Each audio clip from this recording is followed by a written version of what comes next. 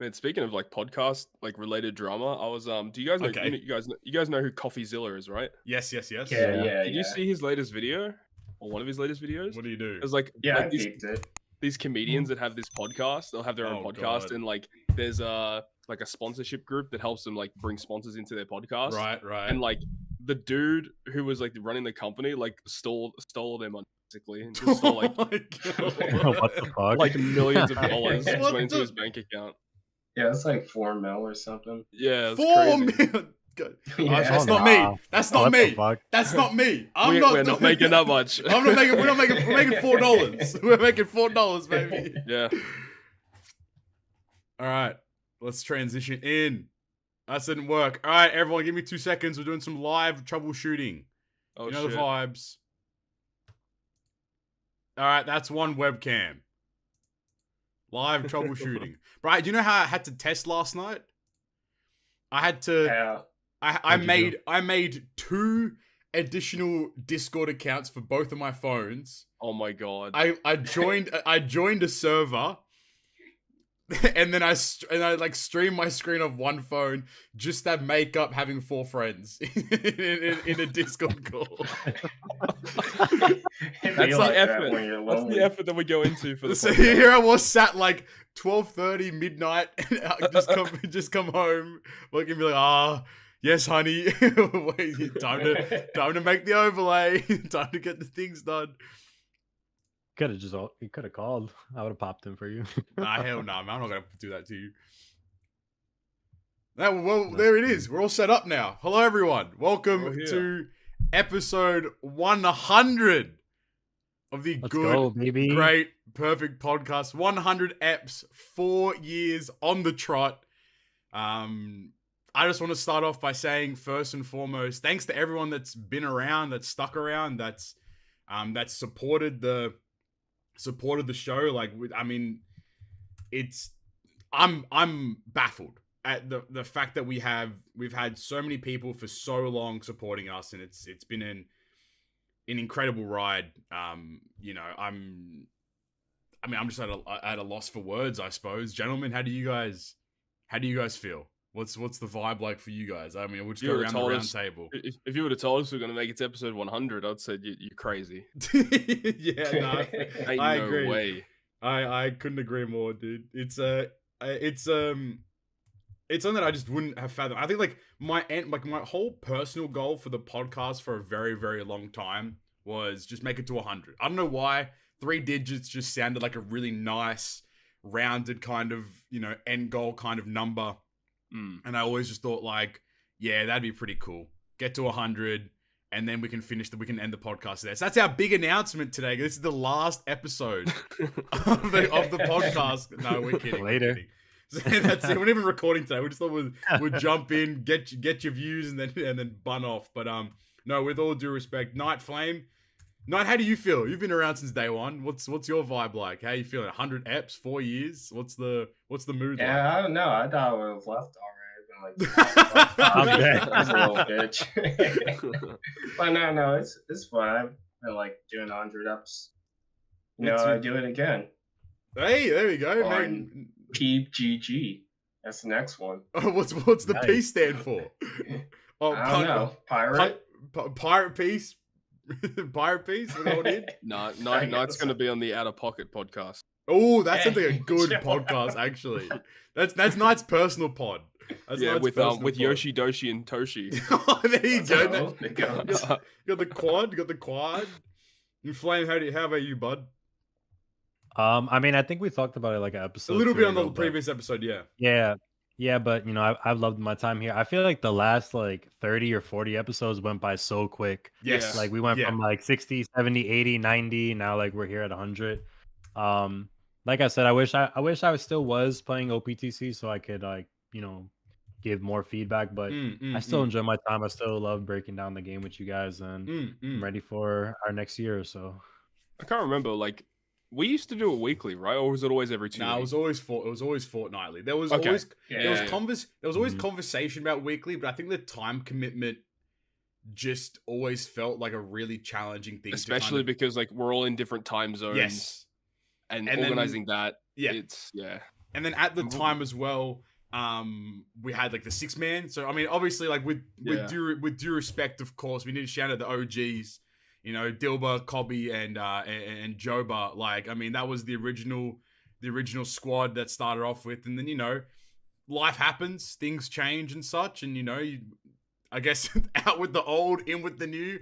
Flame steps in and joins the cast, and I mean, like, it's been a wild ride. Like, no animosity, no negativity. Like, it's been like, you know, we just work shit through, and I think that at the end of the day, I think we've done what's, you know, the podcast has just done what's best for the show itself, and we've continued to make, I guess, like the best product we possibly can. I think that's a really valuable thing. We've had some pretty cool guests on the show as well. Dude, fucking we've had Stump on quite a few times. No, Boris. hold on.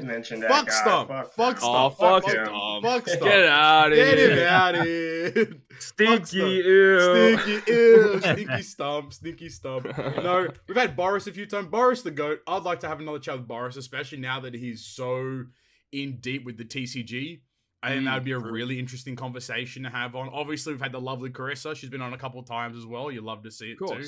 I mean, who can even forget? We've had a couple community managers on, which I think is like, that's I still think to this day my favorite episode has to be the Chris and Nick episode. I was trying to think of his name. I knew Nick. I couldn't Chris and Nick. Yeah, Chris. I still think Chris and Nick.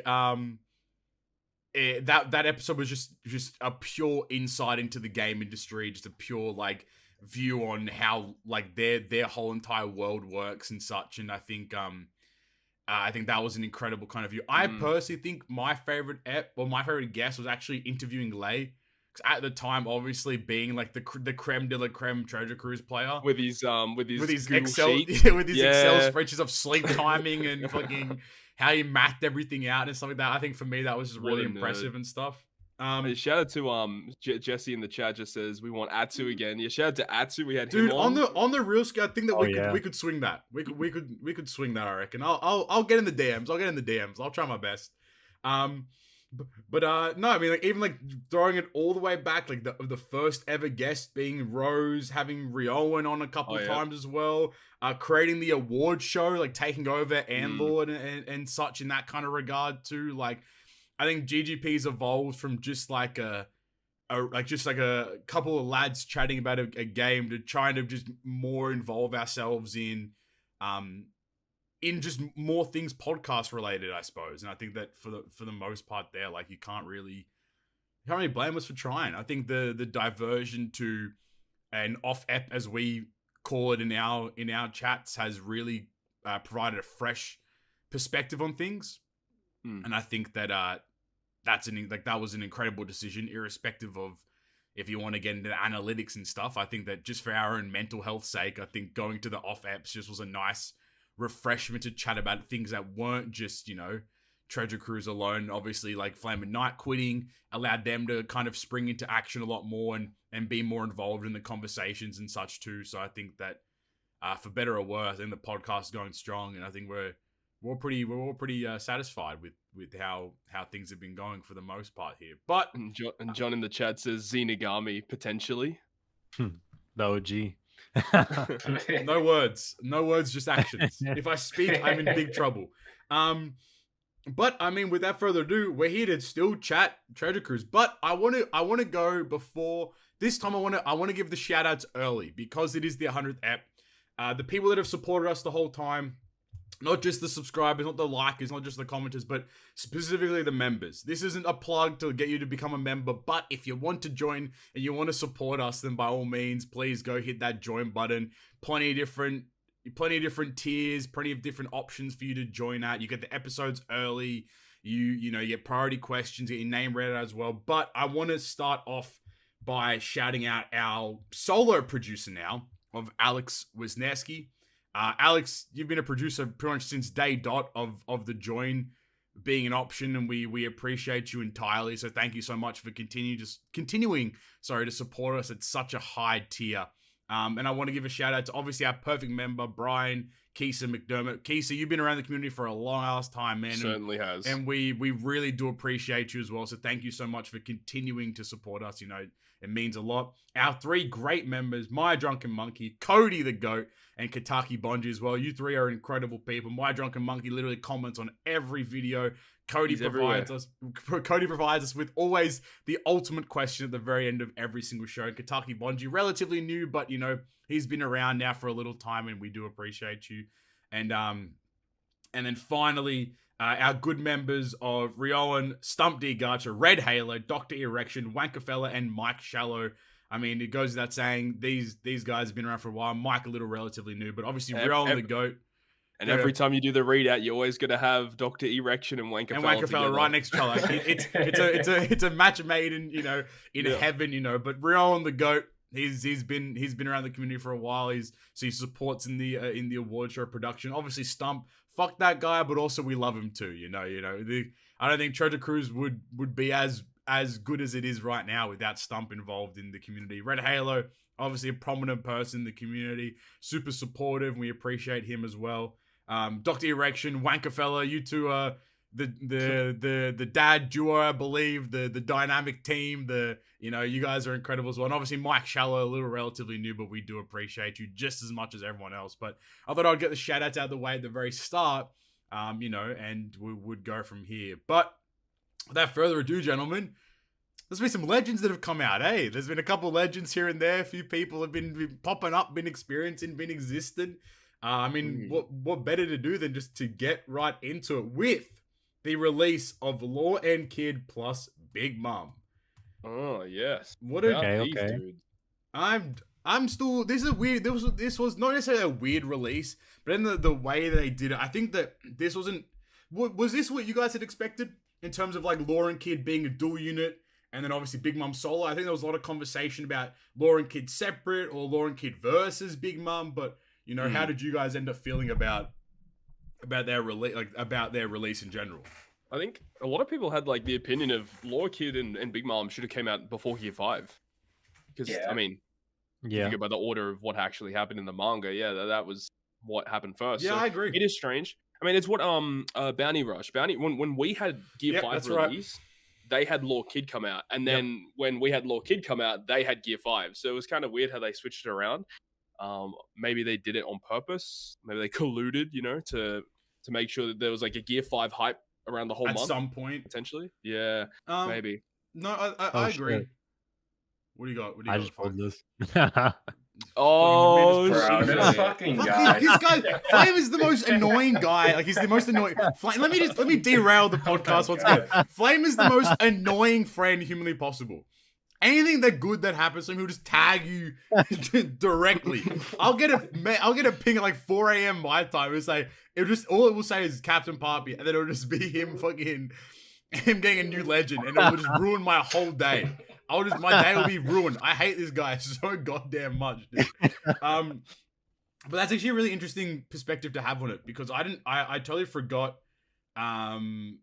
I totally forgot the idea that kind of, I mean, technically speaking, Law and Kid did come first in the grand scheme of things. Plus, when you look at it, it's kind of weird how we had the lead performers treasure map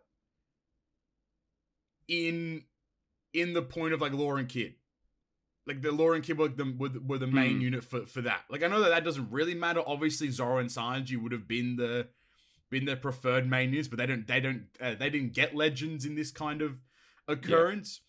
But at the same time, I think that it was very weird to not to do it in that order. But I mean, if we're going to refer to chat this episode, Rizzy pointed out a great point there. Gear 5 did help Treasure Cruise get top grossing, so maybe there was collusion where Bandai was like, "You hold off on this. We're going to release this first, and you guys are going to release this, and it's going to be this kind of ensuring that the timeline lines up." But let's just jump into it. I got water with me because there's a lot of reading today. I think we're gonna get into it. But Law and Kid, they are a dual unit driven free spirit, Psy and Int. Their dual captain ability boosts the HP of all characters by 1.3x, boosts the attack of Psy and Int characters by 5. See, look at Knight. He takes his headphones off. This is what happens now. When the webcam is on, they're exposed. The podcast members are exposed. I'm dead. I'm still here. I just have to mute. The man's like, oh, this man's talking. I am. not just getting like, alright, see you later, guys. He just walks away for like 5 minutes. No, I'm kidding. No, I'm kidding. No, do what you need to do, man. do what you need to do. Boost the attack of signed in characters by 5.5s and boost the attack of signed in characters by 5.75 after the third perfect. I didn't even know that, by the way. I totally skimmed past that part of the capability. By 6x after the fifth in a row. Boost attack of all characters by 5x. Otherwise, make Psi, Int, and Tandem orbs beneficial for all characters. When any Psi or Int crew mate uses a special, reduces the swap cooldown of this character by a turn. Their swap at 8 turns of max swap removes science duration completely on this character, boosts the chain multiplier by 1.4 for 1 turn, and becomes Lauren Kid for 3 turns. Their combined special effect ignores defense reduction, debuff protection, and reduces the defense of all enemies by 100% for a turn. Makes damage and health cutting specials of all the characters bypass all defensive buffs, barriers, defense, and normal attacks only. Does 500x character attack in type damage to all enemies. Turns all orbs, including block, into tandem. Boosts attack of Psi in characters by 3.25 for 2 turns. And boosts the super type effect of Psi in characters to 3x for 2 turns. They have an EX as well that requires them to be in dual form and have basically any. I think it's the Kid Pirates, Law Pirates, and then Luffy and Zoro and X-Drake. Weird. Their super criteria is their super special is deals 200x character attack in type damage to all enemies, increases boost effects of chain multiplication buffs by 2.5x, changes the orb including block orbs of this character into tandem, and transforms Psi and Int into Super Psi and Super Int. I guess we'll stop it there for now. We'll get into the PvP a little later. Man, why is their captain ability so bad? Speak on that. What are you vibing? Speak on that. It just doesn't do a lot. It's kind of very basic. It's especially after the release of initially the release of Gear 5, how Gear 5 provided you debuff removal, and 2 different forms of debuff removal of the captain ability. This unit kind of came in and was like, we're going to be very bare bones and very basic in that kind of regard. The main issue is, right, so the whole structure design of this unit is get their super swap, use the super swap, use the special. That's the best way to use this character. Yeah. If you use him as the captain, you can get the super swap easier, but the captain doesn't do enough. So it means you got to use him as a sub. Now, albeit you can use the EX super as a sub, which is a huge positive for this character. Correct. Yep. However, when you use them as a sub, you can't charge their super swap faster because that component is in their captain ability. So good point. The design is really bad. Unless if the effect of reduce the character's super swap gauge, if that was a crewmate ability, this character would be way better. Actually, probably should have been a crewmate ability. Yeah, probably should have been. Because they make. I mean, it's kind of stupid because both of their individual sailor abilities is making tandem slots beneficial for signed in, which is really good. But I mean, at the same time, though, how many ways are that's what I was about to say. Exactly, right? Exactly. Yeah. In this day and age, we have since tandem is so prevalent now in the meta, we have every character does. I mean, literally, the whale shark ship, the most common ship that everyone uses, makes tandem beneficial. So it's kind of a null. There's not a lot of value to it, I suppose. And then even then, their dual sailors the same thing. You would hope. I don't know. I kind of agree with you. I think that for the most part, it should have been cooldowns there for some kind of regard. But I mean, 5.75 after 3 perfect, 6x after 5. It's pretty good for a dual unit. Their base dual units are 5x and then 4.5. The one thing I am not the biggest fan of in their solo forms is Law starts off with 1 swap cooldown. Kid starts off with 2. It's it's and especially because this swap is at 8 turns as well. Yeah, it's kind of as if you're not forcing the player, but if you want to get the most out of the unit, you're wanting to start with Kid. Like it's a very, and then obviously like in their captain abilities, how you can reduce the swap based upon the color unit that you use.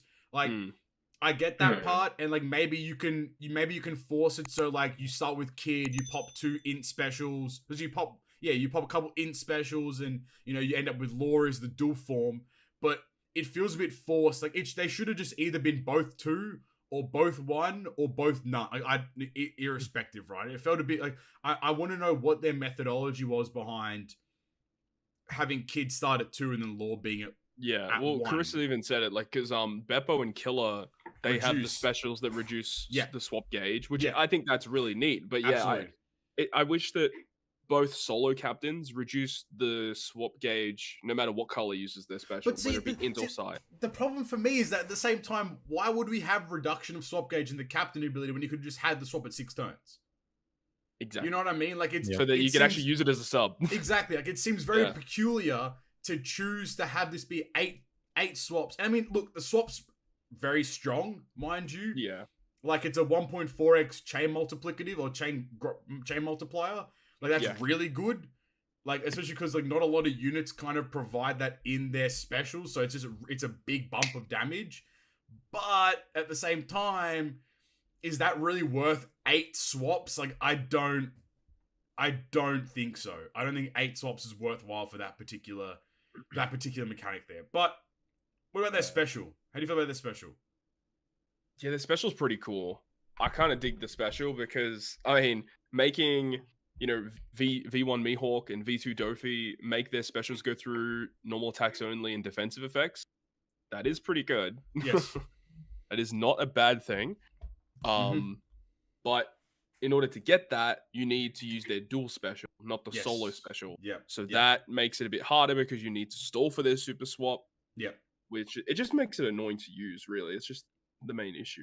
Is that it's just not a very fun unit to use in my opinion. No, absolutely. I really like the damage reduction thing. I think that's really cool.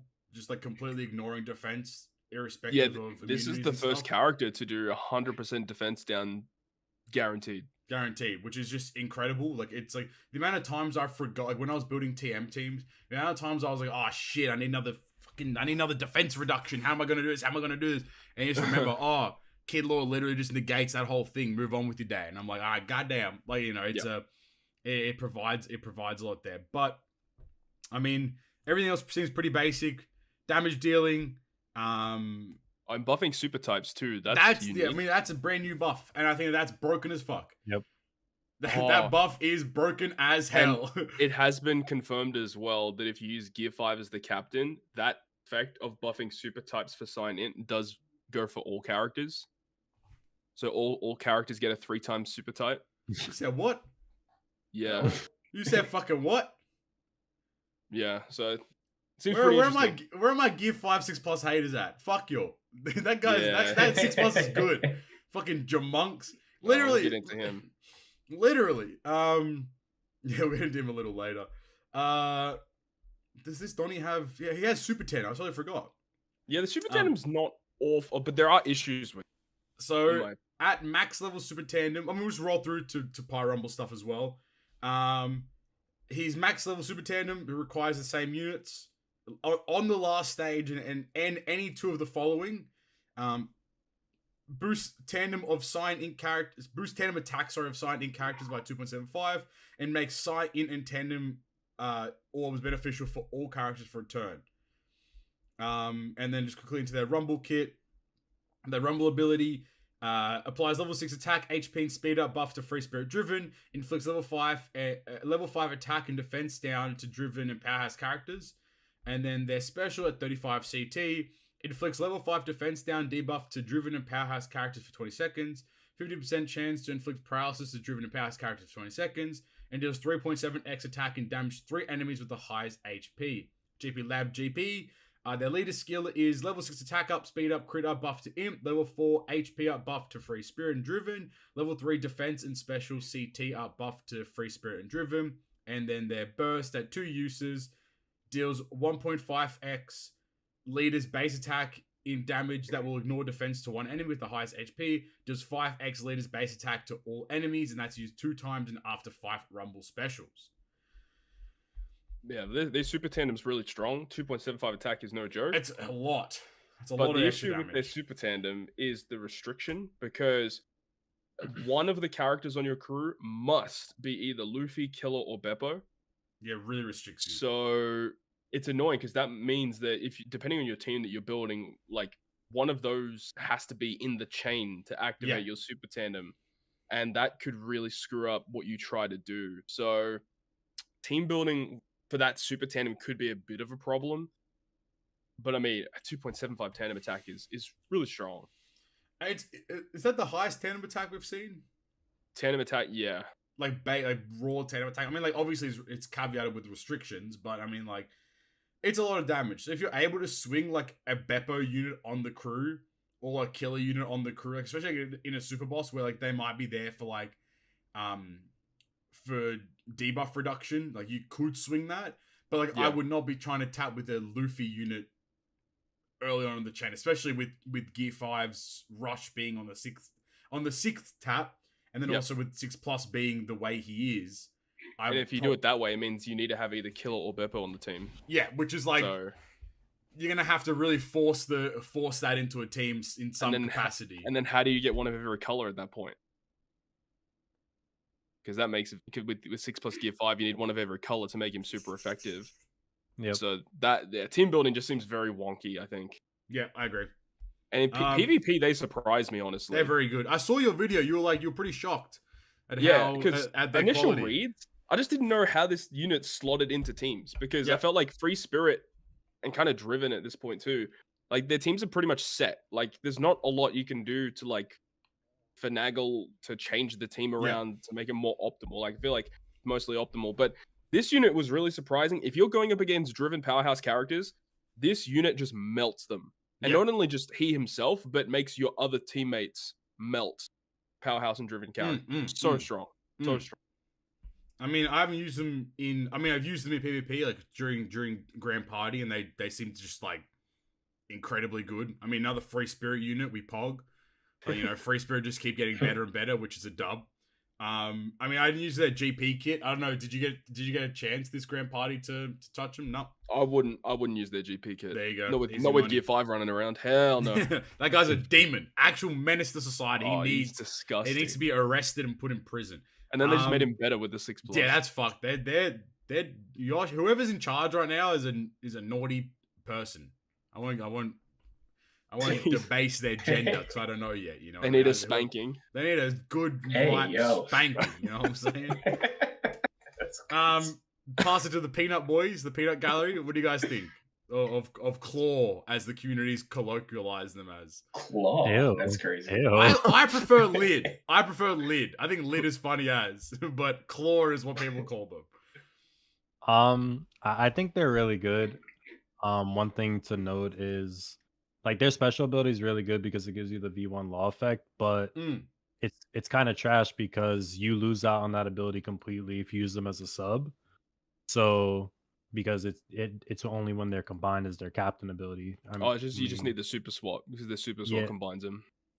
Oh, so you can get it still as the sub. It's a new thing they're doing now, where like if you pop the super swap, it'll make the unit into the dual form for 3 turns as well. But yeah, it's still harder to get it as a sub. 8 turns as a sub is fucked. Yeah, it's not good. Definitely. I personally don't like their super special that much. I don't think it's really that crazy. Like compared to like other stuff we have. I mean, they do a lot of other stuff, so I guess that they don't want to make them too stacked. But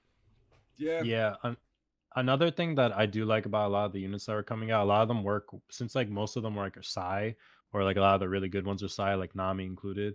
They all work well with Gear 5. So you could just kind of just throw them all on the team and just do like retard types of damage. Bro, Nami stays winning as well. Nami stays winning in this situation. Everyone's just a Nami buff. That's what I'm saying. Let's go. And a Bullet buff. You know what I'm saying? Bullet stays winning too. Shout out to that guy. Shout out to Bullet to go. Let's go. Knight, what do you think, Knight? How you vibing? Like while you guys were talking, I was just looking up to see like how many dual units are actually like signed in, since like buff the characters in their solo forms need like either a into or side character to charge up their super swap. So I just counted to see like how many there are. But there's only like 7, and I think only like 4 of them are actually like usable nowadays. So I was like, damn, that kind of sucks. Yeah. But yeah, that's pretty much it. I mean, that's a good point. I suppose like we didn't really touch on the EX that much, but I mean, like, it doesn't really. There's not a lot there. There's not a lot. Like, it was. I think it's a missed opportunity because the unit can be used as a sub. Like, the EX can be used as a sub. I think it is a missed opportunity to not make it do something extra, like maybe a debuff removal alongside it too. Yeah, no, it's fair game. All right. That's it. Claw. Out of 10. Claw. He's a claw fan. Claw or lid. That's the word for today. That's the word for episode 100. Are you a claw fan or a lid fan? You have to type it in the chat. Claw Some or people in the chat saying core. Core, no hair. What are you, fucking bird? K-A-W. Oh, fucking head ass. You know what I'm saying? Yeah, that's crazy. That's the Karasu legend. That's the Karasu legend. He comes out the core free. You know what I'm saying? All right, what do you vibe? Out of 10, chat, join in as well. Out of 10, what do you think? Yeah, what do we rate him out of 10? That is the question. Chris said 19. That doesn't count. That's both units in one. That's out of 20. I'll give him 19. Look, for me, I still think this unit is really solid. Like, is this unit better than Gear 5? No. Is this unit, like, gonna see play for a long time? I think yes, purely because of the super effect type thing. And now that you've mentioned the Gear 5, fucking rainbow fires it pretty much. Like, it's just literally free damage. Like, it's just more damage. That's a unique buff. I would give like a 9 to a 9.25, but probably a solid 9 out of 10. Is this the hottest take of 2023 right here? Here we go. I'm ready. Here we go. He's gonna say 4. Okay. Is this in context on release? Okay. Is this the worst Super Sugo Fest of all time? Hey! On release, right? I don't know about that. Okay, well, who's the worst Super Sugo on release? Luffy Law Kid, honestly. I would give it a stack. On release, though, they were pretty On good. Release, Onigashima Luffy was mid. Okay, actually, I agree with you. Yep. Yeah! So we got him, boys! Odin on release was not bad. Odin on release was fantastic. He was crap. No, Odin on release was very good. But it's the fact that I think the situation that occurred was we overhyped Onigashima Luffy. And then when he released and we got the unit, he was Film Red Snake Man's actually a shout. That guy sucks he was dick. Not great. That's probably one of the worst Super Sugo Fest units of all time, right there. The final tap is garbage. That whole unit is cool. Right idea, wrong execution. It's a really cool idea. Fair. All right, there you go. We got him, boys. So out of 10. Okay. What are you thinking? I'm gonna stick with my 9. I'm gonna stick with a 9. 8.4. Ooh, okay. I go a 9. I'll give him a claw. What is a claw to this? If I can give him a 5, I'll give him 2 claws out of 10. Oh no! I'll give him 2 claws out of 10, man.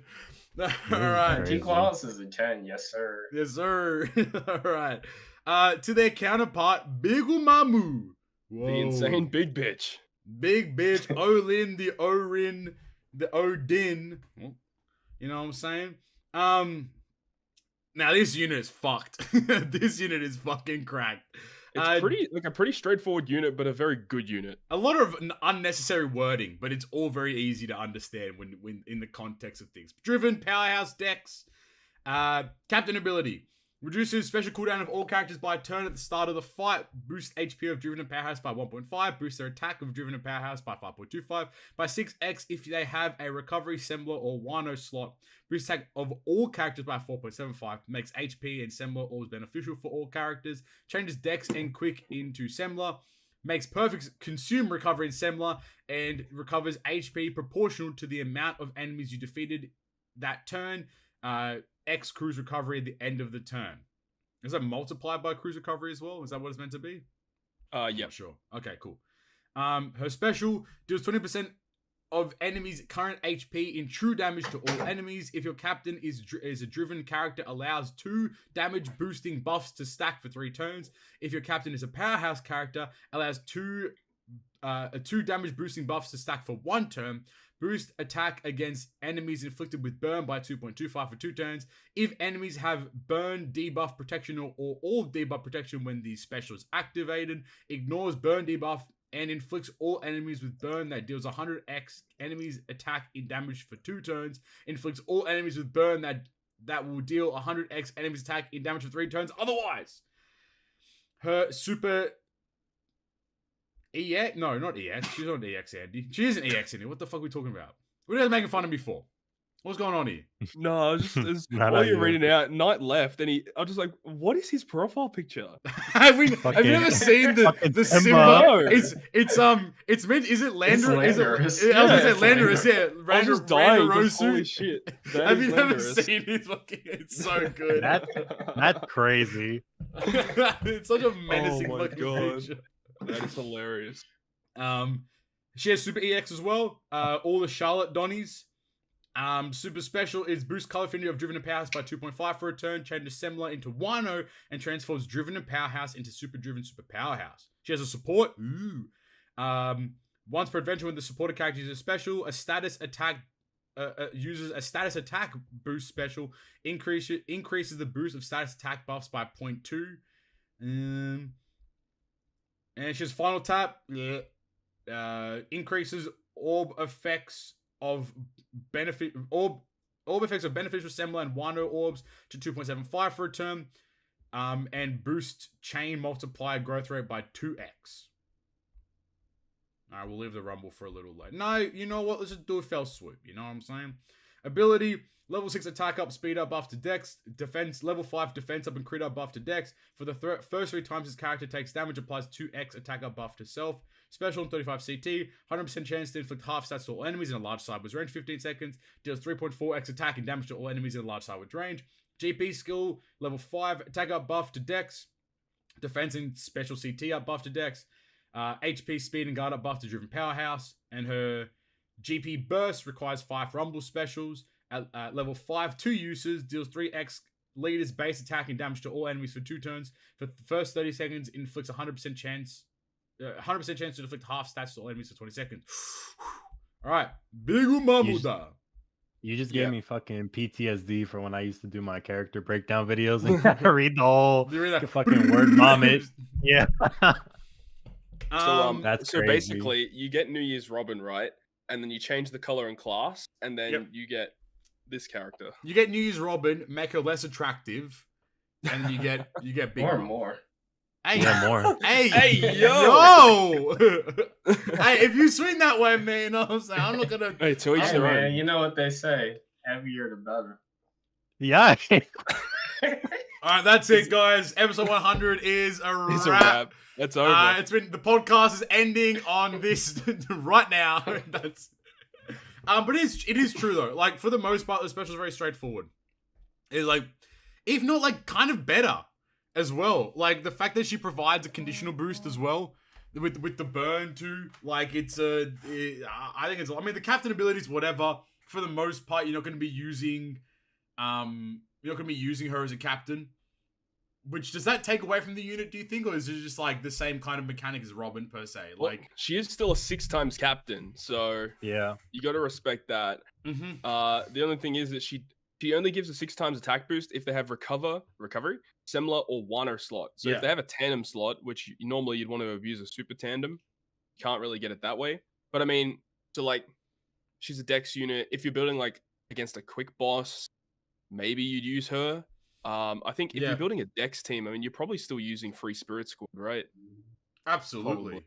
Sanji wants to pull up on that team 100%. So what we need some Big Mom characters that will synergize the Big Mom that are powerhouse driven related. So we need a Super Sugo Katakuri up in this bitch. Oh, okay. He propaganda man over here is just making a sales point to the team. And the dev team. Katakuri that changes his own slot through Wano and similar into tandem. And has but then the tandem slot effect is buffed to 2.75. So, so make sure he gets the damage up. Come on, he's a guaranteed delay debuff. So Big Mom does the burn, Kataki does the delay. Dude, it's easy. There's a free. There's half Annie right there. Slam jam. Hey, done. I'll take it. He only gets that though if he's below 50% HP, right? No! Not again. No. But yeah, like the units, it's actually surprisingly how straightforward the unit like really is, right? There's not a lot to kind of break down per se. It's kind of just she does the probably one of the most broken the most broken buff we've seen in the game, in my opinion. The fact that you can use 2 conditional boosts is just literally, you can double, if not sometimes triple your damage output. And I mean, with units like Super Tandem Zoro and Super Tandem Nami in their Super Tandems that allow you to increase that buff, and supports like Otama as well, and now this unit as well allow you to increase them as well through support mechanisms. Like it's dude, you can even add that to the Katakuri Super Tandem buff conditional boost as well. Because I mean, you got Kaido with a 3 times conditional boost in here too. When you put Big Mom into context with Kaido, like it's fucked. You know what you do? What you do is, you know how like everyone was using that versus Kaido team like against like Psy bosses. Basically swap Strength Kaido in and put Dex Big Mom in, leave everything else the same, and now you can kill Quick, you can kill Dex, you can kill Psy with that one team. Like you still run fucking shop with that team. It's so the one thing about the new Kaido, which we'll get to, he doesn't boost Driven, which I think is kind of annoying. He only boosts Powerhouse. So but the best class in the game. Every unit seems to be fucking Powerhouse anyway. So like it seems like it's the best unit. Always in the game. Has been. Oh, shut up, man. What about the Rumble kit? I think she's the best Dex Rumble legend. She's so good in Rumble. I really like her kit in Rumble. It's just so much. Dude, it's so much in damage. Grand Party, if you come up against like a Dex team that's like Big Mom, Blackbeard, Dofi, avoid. Luffy, it's a wrap. Take the L. Take the L. Move on. Oh my god! Take the L and move on. Disgusting. It's so good. But I mean, she just does bonkers damage. Like her passives are so good. Like, the passives for Dex are just literally. It's literally. I'm so glad that for some like what I've noticed is that they've slowly moved away from that weird style of like. You remember like last year, every legend that released was like buffs attack for Psy units, but then buffs speed for Free Spirit, and doesn't like do the same thing.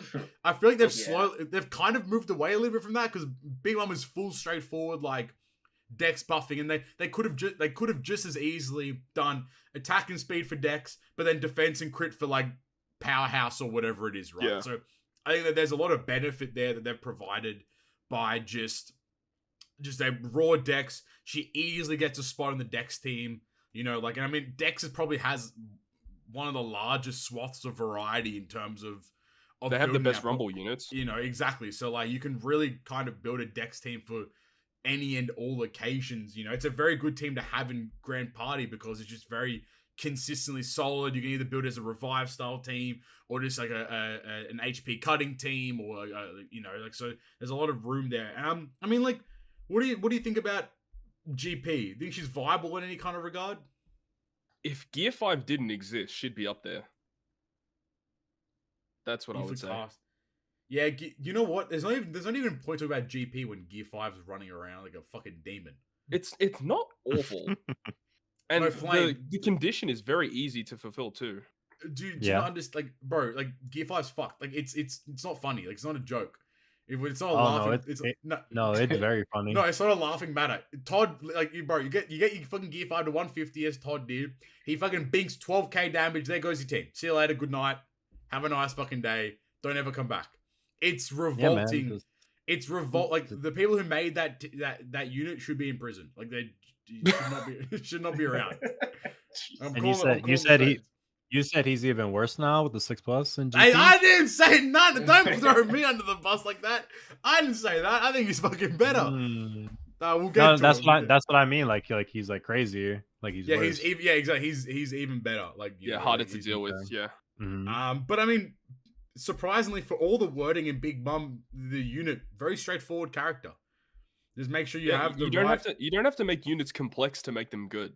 Exactly. Big Mom's like, have this captain, do this. Have this, do that. wrap it up. She fulfills a very, very good role on a lot of teams. She's very, so absolutely unique. There's only 2 units like her. Like, there's no one else in the same kind of regard. So, Peanut Boys, anything for you guys?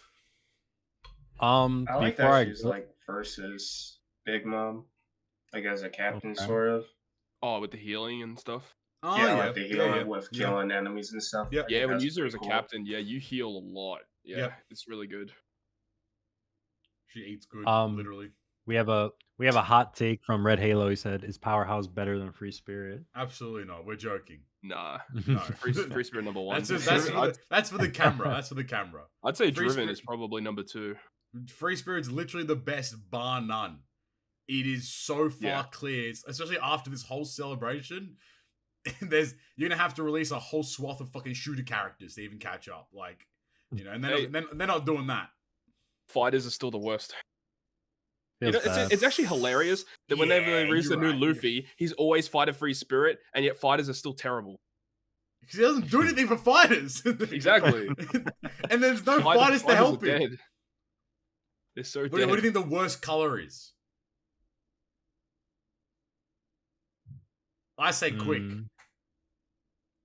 That's what I was gonna. Yeah, I was gonna guess Quick. I think Quick's the worst color. I think Quick's the worst color bar none. I was gonna say Strength, but like Strength is actually not awful. Strength isn't amazing, but it's like solid. Whereas Quick, I don't even recall the last good Quick legend we've had. To be fair, I don't even recall the last good Strength legend we've had either. So New Year's Robin. Damn, good shout. Good fucking shout. Hold on, wait, he's cooking. Wait, what other? Oh, and Mazur, I guess. Shit, maybe I am wrong. Hold on, what the fuck? All right. Let me see. I think it might be Quick though. To be fair, what was the last Strength legend we got? Well, Kaido coming up. Yeah, touche. Wasn't it page 1? Oh, shout out to page 1. So Luffy bad. Yamato, I guess they're a dual unit. Yeah, Luffy Yamato are good. What about Yamato? What about Yamato? Yeah, Yamato Ace. They're still fucking bussing. They're still good. There hasn't been a good run of Strength Legends for. Yeah, Tandem Law. He's a good quick unit. Yeah. I don't know. That's a good. Then again, a lot of these units are class focused, not color focused. Yeah, they're not color focused. Yeah, good point. Then it's hard to say. It's hard to say which is the worst color. They've all got good and bad. That'd be a good. Like, it definitely ain't Saiyan. That's absolutely not. Dex is also still Bing chilling. So like. Yeah, Dex is still very solid. Happy days. All right, Flame. You got anything on this unit? Anything you want to add? I really like that they started dropping like more six like ex captains more consistently. Yeah, so that's really absolutely. Nice. That thing where you can pop like the two buffs like of the same type, that's crazy. Yeah, like, it's fucked. I feel like that's gonna be really useful for like Kizuna, and like a lot of the different types of events in the game, since like most of them are based off of doing like 10 bajillion damage. Yeah. So like maybe she might be like a little bit more on the boring side, but she's definitely, I feel like, going to be more useful in like lots of pieces of content. Hopefully she doesn't get power crept too soon. Like that would be unfortunate. I think But I feel like for, I guess, the last big mom that we're probably going to get for a little while, it's definitely nice that they went out with a bang with her. Nah, man, the Whole Cake Island's coming back. What are you talking about? The Whole Cake comes back. Me and Knight are coming back. Dressrosa's coming back. Marine's coming back. Another side note about Big Mom is the fact that I think she actually might get better supports than Lord and Kid. She does. Yeah. Her supports are pretty cracked. There's a lot of Big Mom pirate supports that are just absolute broken. Otama's literally like Otama and her as a combination is just incredible. Sweet Commanders, there's some Perisperos. Exactly. Yeah, like there's good stuff. Perisperos. Strusen. Daifuku. Can't forget Pudding. Pudding ain't got no good. Actually, one support that's useful. There's that blind removal. Yeah. Yep. Yes, sir. Damn, Big Mom is good. All right, out of 10, what are you vibing? 9.4. 9.2. 9.2. I was gonna say for me 9.2. I think I jumped the gun when I first read the kits ages ago. I think it's like a 9.2. I think this unit is better than Law Kid. I think she is. Yeah, I agree. I think only because of like what Flame mentioned, the the stacking conditionals, because only one other unit in the game does that. Like, and like it, you try to use Robin on every team possible. Now people are going to try to use Robin or Big Mom, so more flexibility, which is very good. 9.25 for myself. The big bitch gotta get a big rating, so 9.5. She gets a big 0. 9.5. Holy. That's a big. I'll give her a 9.4. Hey yo, 9.4. Good buddy. No, wants to give her a 6.9. Hey yo! Not eating all her whole cake. Hey! Oh my god! Why are we here, man? Why are we here? What? This is crazy. All right, moving swiftly on. I mean, like, we can either just jump right into Kaido, or we can chat about. I mean, like, there's not much to chat about. PKA was, I guess, it happened. Like, it's happening. Let's go, baby. PKA. Who was the boss again? Olim was the boss. Otama was the right. Oh, the Otama was not the best. She's like okay. She's okay. PR Gene Bart came out. Cool. I mean, moving on. He's also like just okay. Yeah. And then currently we have the Treasure Map lead performers ongoing, which is an interesting unit. Putting that into context with Big Mom and Kaido. We'll get to Kaido shortly, but the lead performers by themselves, like in a vacuum, they're probably one of the better Treasure Map units we've ever had. Speak on that. So the fact that they have a solid free-to-play captain, so it's up to 4.25, which is good. And anytime you use an attacker and orb boost, you automatically launch their special in the next turn. And their special is pretty good. They give themselves a tandem slot, which triggers their super tandem. And the thing about their super tandem is that you only need one character to trigger it. So you tap with one other unit, whether it be Big Mom or Kaido. You tap with the lead performers or vice versa. And it's a 1.5 attack to all characters. It's a rainbow buff. Ooh. Yep. And the special also removes despair. It's an attack booster. You can buff orb boost, which we know Kaido is an orb booster. What the fuck? This unit's cracked. This is really good. Actually, and he has a super class for Driven, changing all slots into Dex. And when you use Kaido as a captain, so if you don't have Kaido, you can use him as a friend. Kaido makes Dex slots into Wano. So full board of Wano slots. This unit's not bad. Yeah, and the tandem slot manipulation that they do changes Wano slot as well. So they can give you full board of that, still get a guaranteed tandem slot. Yeah, this unit's good. Oh my days. The only issue is the fact that it's a lead performer character, so they don't have amazing supports because usually Jack, King, and Queen all support each other. Yeah. So that's the only real major drawback. What I mean is like a free-to-play unit. Like you could probably swing this unit onto teams and like get a free 1.5x tandem boost, get some orb manip, get some debuff removal. Like, well, the thing is like for people that don't end up getting Kaido, you could legit still run him as like your captain with a friend Kaido. Absolutely. And you could probably still do shitloads of damage. This is good for like if you're making like free-to-play teams, if content creators making free-to-play teams for like the upcoming Kazuna and stuff, like you could definitely use this unit as an option to if you would have Kaido, you could just slot this unit in instead and maybe run like a friend captain Kaido or whatever. So I think that there's a lot of room there to play around with. So I think that's a dub. Good. Yeah. First good free-to-play unit in a fucking first good TM free-to-play unit, I should say, in a long time. I feel like we've been in the Sai Yamato has been somewhat useful.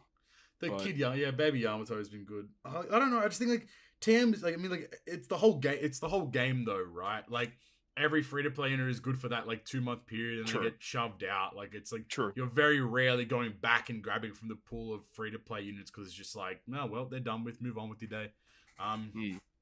Yeah, and that's that. All right, here we go. Yeah. Let's go. We're here for what everyone wants to actually blimmin' talk about. Kaido, Flame Dragon, Kaido, and Gear 5 Black Dragon 6+. Look, I'm gonna keep it a stack with you. I'm not reading out Kanjuro. I'm taking a stand. Kanjuro is so bad. I'm not reading out Kanjuro. He's not a fucking legend in my. Watch Kanjuro be the best legend this year somehow, some way. He's the blob, man. You don't want to read the blob? The blob is so cute, though. Like, the blob is so cute. The little sprite? The little sprite is so adorable. Then you have this fucking menace behind it. Like, Okay, well, Page one, because page one in terms of the award show, he's page the one first is going to legend be that's come out. He's the first Yeah. legend. So there's So going to be a good argument between the two of them. I think page one is still worse than this guy. Page one sucks so much fucking balls. You know what I mean? Page one is so goddamn bad. Kanjuro meta when? Shut Never. up. Hopefully never in my life. Stop trying to push this agenda. It ain't happening. Let him Alright. cook. I just want to put the statement out there because I do not give a fuck about Kanjuro was a mistake, and you know he should not exist. They should have just gone with my idea originally of having Kaido and then re-releasing Gear 5-6 Plus on the banner. Why though? I will say that like the artwork, even the unevolved artwork for Kanjuro is really incredible. Good. Yeah, they really flex their muscles on the artwork, but then everything else is just fucking dog water. Garbage. This guy's ass. But hey, at least they released Zoro on part 2, right? Right? Hey. Yeah. Right? He's on Right. part 3 with Kanjuro. So if you want to pull for Zoro, hey, get your ass over to part 3, do some summons. Or just get lucky in part 1, you know. Big brain. Look, Kanjuro, I mean, I do agree with Riz. Like, Kanjuro is actually pretty decent in PvP. He's gonna be one of those like units where you verse him and you probably are like, oh, this unit's like easy to defeat, whatever. But like, he's just very annoying. He's one of those very annoying units that you would want to avoid him in defensive teams without a doubt. Like, that's probably the only thing that I would kind of comment on. Otherwise, the rest of the unit is just a mistake. It's I don't know. horrid. It's good in PvP. I'll have to wait and see about that one. Yeah, give me. Just reading him, he seems kind of average. Like Alright. the special cuts his own health. And that's the point. You want to cut your health, debuff, cut your health, debuff, cut your health, debuff, and then end up dying and then replacing you, like getting a unit in there instead. Like the whole point, I think, is just to like really just like get debuffs on the team, and then 15 CT makes it interesting for that's the the part, right? The fact that it's 15 CT, so you just like debuff, and then you basically kill yourself, you know, and then you bring a better unit in from the bench, and then you move on with your day. Cool. All right, that's the Kanjuro section of the podcast done. Make sure you check the timestamp. It was 2 minutes long. All right, now what we're here for? We're here for fucking Magma Kaido, Flame Dragon Kaido, Blazing Rising Dragon. That's what they call my, you know what? You know what I'm saying? They call it a Blazing Rising Dragon. Kaido is a strength powerhouse driven. Who would have thunk it? Powerhouse driven, back at it once again to speak its piece. Always. Here we go. Let me just, a little sip of water, you know what I'm saying there. So basically, V1 Kaido, but better. Yeah, if V1 Kaido versus Kaido made sweet love to each other, you get this. Oh, and the hybrid Kaido. And then Kaido Kaido comes in and says they did a Spider-Man meme where they point at each other like, I'm you. And then they all did the birds and the bees. And then, you know, they made this unit pretty much. Pretty much. Yep. So, Kaido, Blazing Rising Dragon, reduces the special cooldown of Strength and Powerhouse characters by 2 turns at the start of the fight, boosts the attack of Strength and Powerhouse characters by 5.75, by 6x instead if they have a 1 slot, boosts the HP of Strength and Powerhouse characters by 1.5, deals 500x character attack in strength damage to all enemies at the end of the turn, and changes Dex into Wano. If the character has a 1 slot when you attack, with this, if this character has a 1 slot and you attack with this character, reduces enemies' barrier duration by turn and ignores burn debuff protection and inflicts all enemies with burn that will deal 150x enemies attack in damage for 3 turns. Ignores increased damage taken debuff and inflicts all enemies with increased damage taken by 2x for 10 turns. After each turn, you take damage. His special is if the HP of the enemy with the highest maximum HP is above 1 mil, deals 1 mil fixed true damage, ignoring NAO, to all enemies, instantly defeats all enemies otherwise, boosts orb effects of strength and powerhouse characters by 2.75 to 3x for 2 turns, depending on if they have a 1 slot. If this character is your captain or friend/guest captain, boost attack against enemies inflicted with increased damage taken by 3x for 2 turns, by 2.75. Otherwise, he does have EX Super. It has a bunch of the Kaido Donnies and Big Mom. Yes, and Big Mom. No. Yes. Big Mom. Yes. Yes. I'm sorry. First character on the list. I'm so dumb.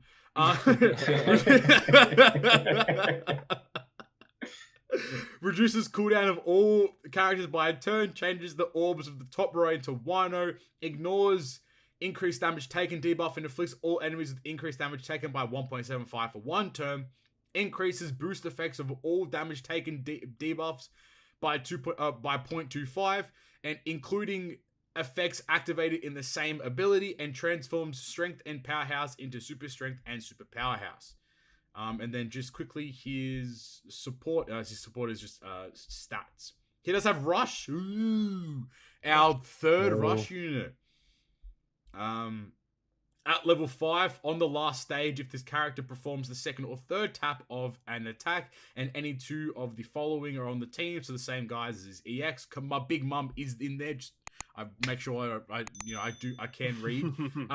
Performs a rush up to 7 times, adds 0.1 to 0.7 to the chain multiplier for a turn, and boosts the attack of Strength and Powers character's finish tap by 1.5 to 2x for 1 turn. And then just the criteria: 20k per tap, 7 max. The chain growth rate is 0.1. The finish tap is a rush attack boost between 1.5 to 2x. Every successful chain adds 0.1. The first tap adds 0.5. The rush multiplies 0.1. And the finish tap adds 0.1. We're going to rumble a little later.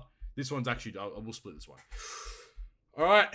It's a lot. Dwagon is Kaido. I think this unit is fucking broken as shit. This unit is so strong. I think that this unit is there were some individuals that were saying... Name and shame! Name and shame! I don't know who said it exactly. I just saw people were talking about. I don't remember their names because I just totally blocked them out. Hey, let them know. You're unimportant. The thing is like people were like, "Oh, how could you say that X character is better when this character the only thing he does is damage?" And well, Hybrid Kaido was at the top of the tier list for a very long time, and all he did was damage. You got to say, man, what this guy does is absolutely incredible. Do you know what fucking game you're playing, bud? You're playing One Piece Treasure Cruise. The only thing you need to fucking do is do damage. There's no puzzle elements. There's no any other enjoyable elements. You do big fucking 10 bajillion damage and you move on with your day. Therefore, objectively, this Kaido is good. Objectively.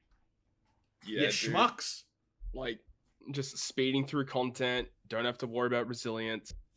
He does end of turn. When I first read this unit, I totally skimmed over the end of turn damage. That just evaded my mind. But the fact that he does he's V1 Kaido on fucking MDMA, crack, and Ket at the exact same time. Like he is bussing up. You know what I mean? It's like he's so good. Yeah, end of turn damage. He does burn. He inflicts increased damage taken if he takes damage at all, which is just like, or the enemy inflicts him with damage at all, which is just like really, really good. So he's a self-broken conditional. He literally does 1 million fixed damage through NAO. Or he just kills enemies otherwise, which is just incredible as well. He's an orb buff. He provides Wano. He gives you a literal 3x conditional boost. 3x! Yeah, the highest conditional boost in I think the previous highest conditional boost we had was, I think it was Queen during the anniversary. It was 2.5. Yes. Yep, that's a big jump. Yeah, that's huge, dude. And then that's if not massive. 3x, 2.75. Oh well, teehee, 2.75. Just a little bit extra. No, like this guy is so like what he provides everything you want. He provides speed and captain ability. He provides the only thing he doesn't really do is debuff removal, which is like, if you want to get into the semantics. He does do one. He removes barrier if he taps with a 1. Oh yeah, sorry, my bad. Yeah, you're right. Barrier's fucked. Resilience. That's a great point. Yeah, it's a really good point. Yeah. I mean, the barrier removal is cooked, by the way. Like that's just like that's crazy. Obviously, you don't want to be tapping with his unit first. You kind of want to probably get his rush second or third. But I mean, for stage 4 style content, obviously you're not going to get the rush on stage 4. So the pre-boss stage. So obviously in that kind of regard, it's going to be good. I would be curious to know though, when this unit comes out, does it remove 1 turn of barrier for, let's say, all enemies on the stage? Or is it only the enemy that you... It'll be all. It'll be all? Alright, well that's even better. I just had a tinfoil hat theory in terms of Here like we the go. next ship that's going to be upgraded. My hat's on. So, German ship. That's already upgraded. That's already, yeah. I'm stupid. I'm pretty sure it hasn't been upgraded yet. Kid ship, the Victoria Punk. Oh, the one that's like if you have a one, so you get a higher attack boost. Yeah, because that you need a strength or dex captain for that, and that ship has a special that removes barrier. So that with Kaido, yeah, that's fucked. That works. Yeah, so that's a bit naughty, mate. That's a bit naughty, bud. That'll work pretty well. Yeah, and the fact that this unit just also inflicts burn that goes through everything. Like Big Mom already does it, but fuck it, I'll just do it too. Fuck Why it, we not? ball. So even if you have like some random conditional booster against Ignite on your crew, and like the enemy has full immunity, you can still burn use a burn conditional if you want. Like literally, you got a burn condition. You got to like the fact that you can use this unit, and because then Big Mom provides you the burn condition as well, right? True. So like you have, she also does go through immunity anyway. Like, you know what I mean. Like you have this unit, and you have this unit, and you have Big Mom. Big Mom gives you 2 conditional boosts. You get increased damage taken conditional, and you get ignite conditional, and then you get an ore boost, and then Big Mom provides it provides slots, and this guy provides slots as well, and then you do damage, and then Big Bomb, and you're gonna kill everything. Big Mom, if Big Mom is your captain as well, her EX super does color affinity. True. Kind of interesting. Yeah, the color affinity as well. I mean, like the only thing and a 6 times captain. Yeah, this is that. Yeah, no. Because why not? He's that guy. The thing is, like, the fact that it's like it's 5.75, and then if you have a slot, it's 6x. So the flat 5.75 is like already good, yeah. Cooked. The only thing I suppose is, like you said earlier on in the show, strength powerhouse. There's no driven element, which is a bit funky. Like, I mean, Luffy boosted what? He only Psi-Free Spirit, or was it Psi-Free Spirit and? No, Fighter? he was just Psi-Free Spirit. Okay, I guess that makes sense then. Yeah. I think it's a bit of a cop out. I mean, we've talked about a lot in the past, but color class has always been like my favorite captain style. Obviously, other than Rainbow, but I mean, like that's very niche situations. I think if he boosted Driven, he'd just be like even more incredible. But I mean, still, Powerhouse is an incredible swath of supports and units regardless. So I think like it's. I mean, like. There's not a lot to fault. The only thing that I think I've seen people chirp about is his EX. Like, people are confused at why his EX provides an increased damage taken buff in the EX when his captain ability technically does as well. But I mean, like, the whole point of them doing that is like... and also people are confused, like, why provide a 1.75x conditional and then buff it by 0.2? Why not just provide a 2x? Well, it's like... in the captain ability, you might not always take damage to get his conditional to get the buff. Sorry.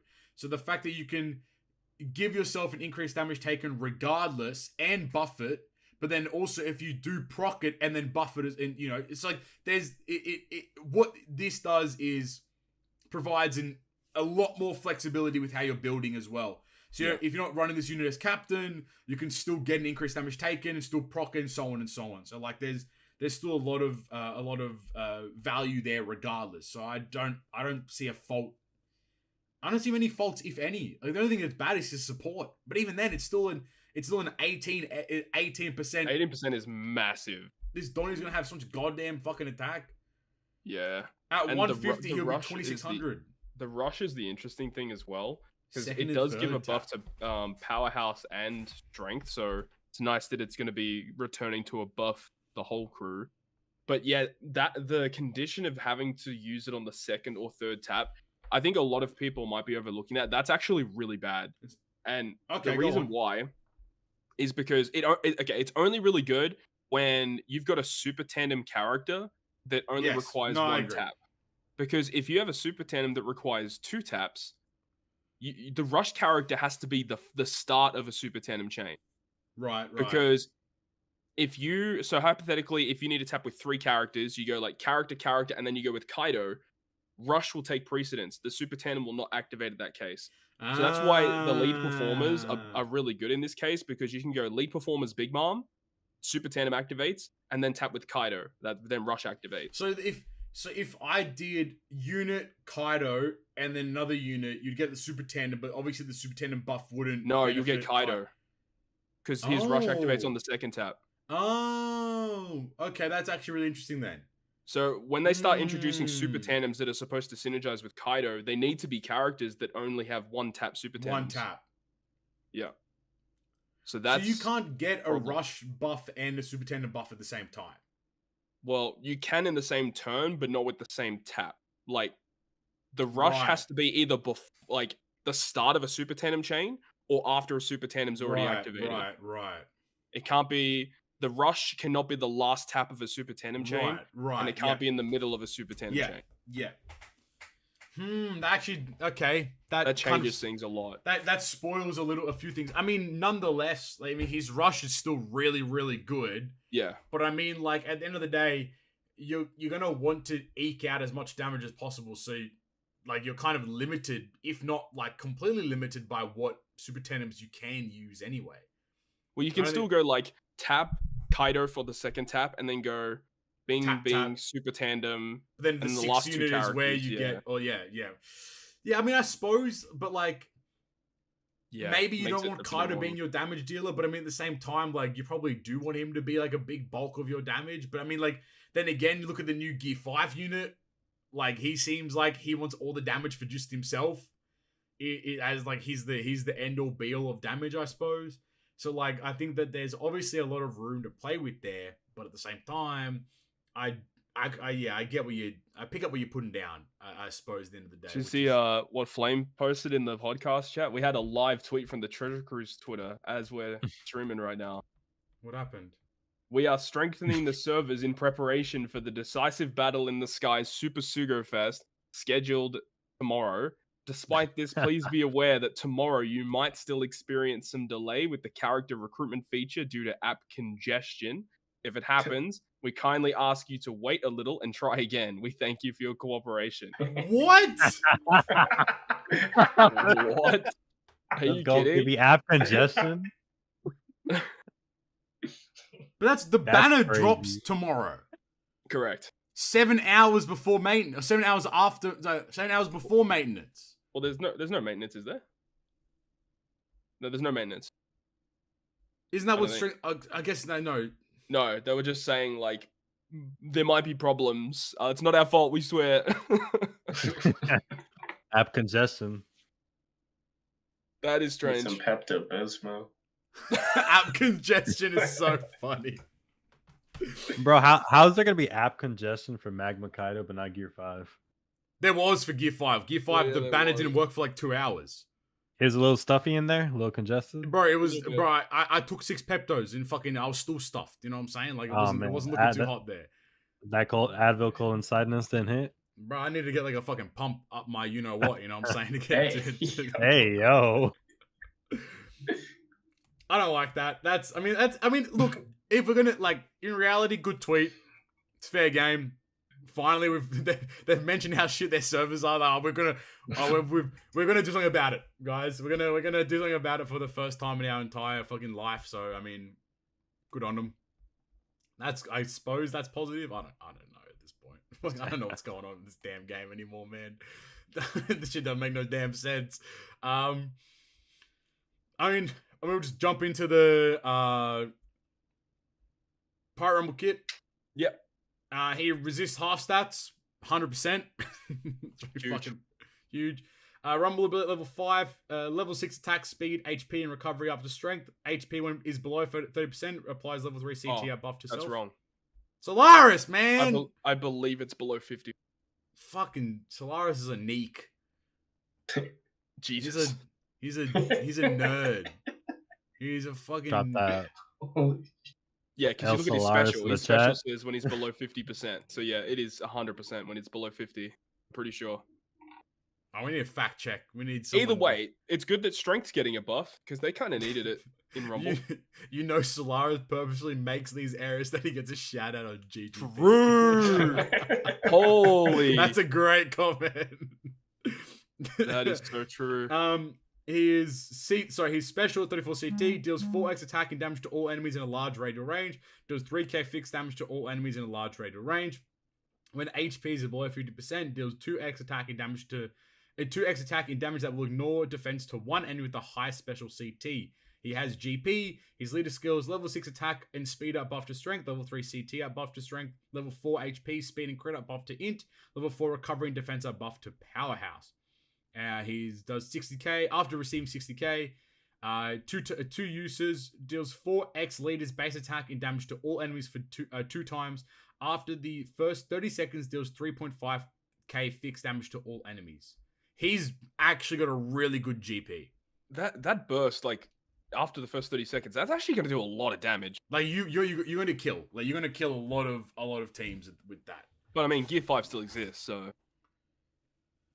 like one thing I do like about his kit in Rumble is that his normal Rumble passive, it actually gives a recovery buff to strength. That's actually kind of underrated. Because like characters like Toki, for example, that have some healing mechanics, other healing characters, that's going to really help out. So even though he doesn't give defense, which I think would have been nice, 6 attack, speed, HP, recovery, for all strength is very good. I mean, at the end of the day, like strength is always going to be a hard team to build. Like strength is like okay, but like they're not wowzers, you know. So I think that like he obviously he ignites like the flame of like there you go, ignites the flame of the strength team. Shit. I'm cooking. My brain's still turning. Like providing an option to progress forward and like add and make the strength team a little better. I mean, I think that there is a extremely high potential that this unit could definitely be viable in Grand Party, like as a GP leader.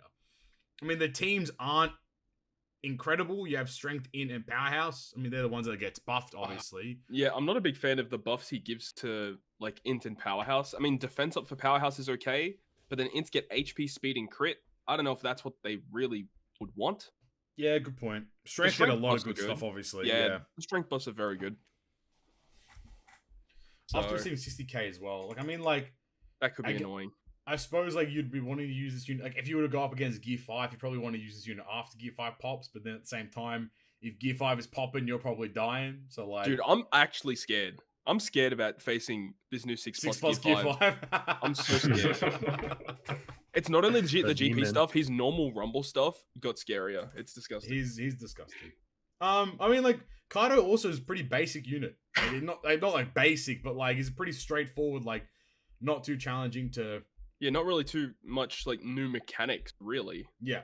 Which is crazy because we always laud these Super Sugos of having these unique mechanics, right? Sometimes just be basic. This guy's not that unique. It's just he's just good at what he does. Really. The old bread and butter, you know, when all else fails, the old bread and butter. Yep. All right, peanuts. I said peanuts. That's rude to you guys, but it's same shit. Peanut boys, peanut gallery, the jabronis, the schmucks. Ignite the flame.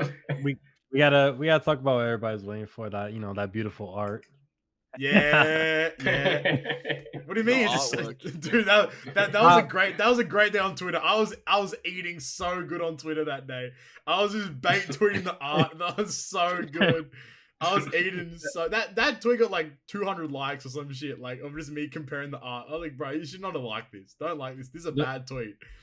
The funniest part about that is when they first showed like that video of like when they showed the characters but like their art but like it was like shadowed out. I actually thought it was 6 plus Kaido. Like I was like, oh shit, it's 6 plus Kaido. Like I'm dead ass. I think his 5-star goes crazy though. Yeah, that the shit is 5-star fire. is so good. Like don't get me wrong, like the 6-star art's really good. Like if we didn't have the other one, like that one's god tier, but I do think that's pretty lazy on their part. I'm not gonna lie. As far as the unit though, like awesome unit. Another really cool thing about the unit is he probably has one of my favorite sprites in the game. Yeah, I don't know if you guys have seen it. Look, but, I think that they've like as you mentioned for Big Mom, it's kind of the same thing, right? It's probably the last Kaido we're gonna get potentially for at least a little while. Yeah, like new one at least. Yes. Now and so they've really popped off with this one. But yeah, just like you guys were saying earlier, basically just a much better version of the original the 6-star Kaido, but he just does like way more. It's kind of crazy to be honest that you guys were saying that people were saying that like he's not that good or he's just damage based or whatever. People are delusional. That's why, man. People are delusional. You know, people are actually stupid. Is what I've also come to realize. I mean, I could probably see some other units maybe, probably performing a little bit better in certain modes just because of the nature of the game. Like if this was old OPTC, like obviously this Kaido's like probably the best. Yeah, bar none. But yeah, I mean, I definitely think that this is a unit that everyone should pull for, even though everybody has wasted their gems on everything else that's recently came out. Facts. But yeah, I really like him. Really like him. Night, how you vibing?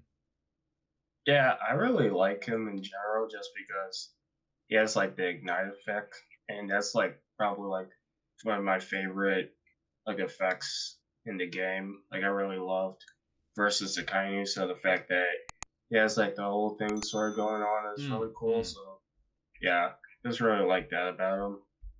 And I like that he's strength. That's all I have to say. Yeah, I actually do as well for some reason.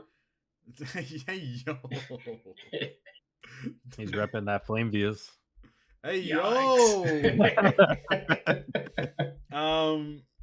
Yeah, I think happy days. Out of 10. What are you thinking?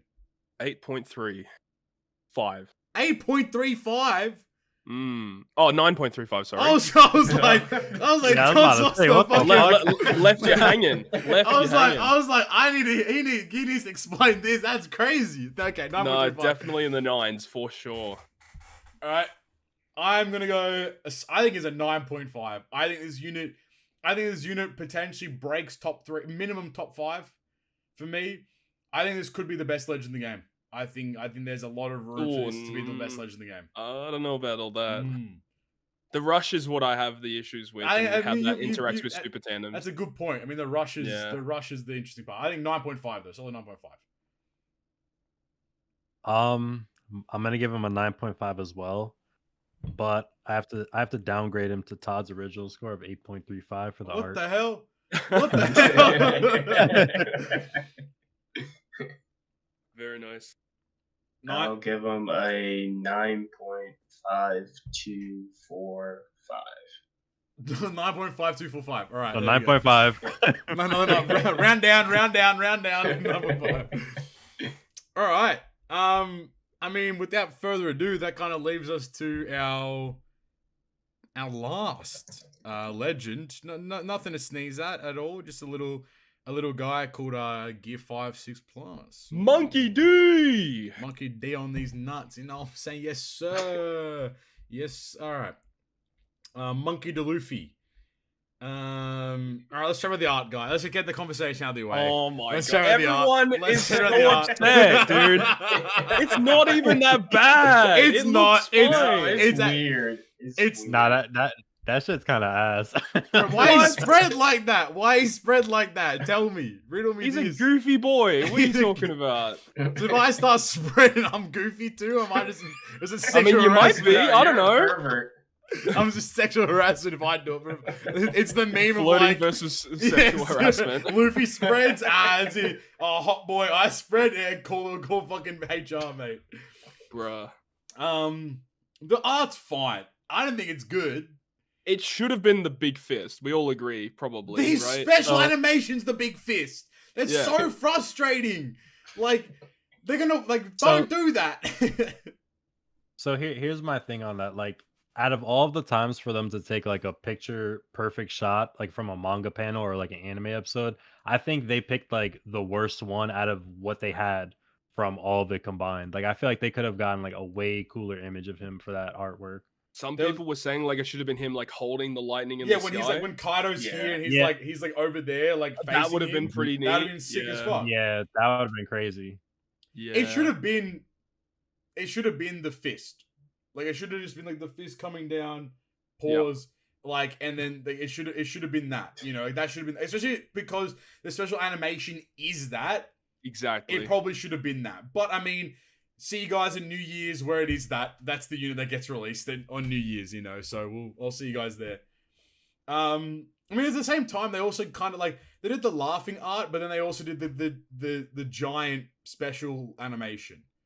Like I feel like all those unique poses could have all been unique special animations and or arts. But I mean, well, I feel like the Gear 5 that originally released, like that's like the iconic shot when it was first introduced. Like that makes sense for his first art. This is, I don't know, I don't like this. And this one doesn't make a lot of sense, really. I don't know. It's just like it's the face. It's the face that's bothering me. Like I don't know why. Yeah, I actually agree. Like it's like he's gonna say something out of pocket. Like I don't know. Someone says in the chat, does the sprite change? It does. This sprite in the 6 Plus looks way better.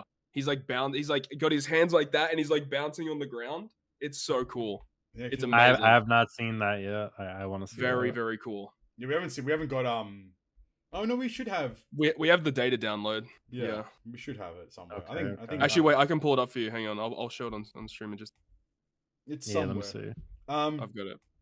But I mean, this is the Super Evolution 2 Gear 5, which we all knew was coming. I mean, we literally got this skulls in the issue. There you go.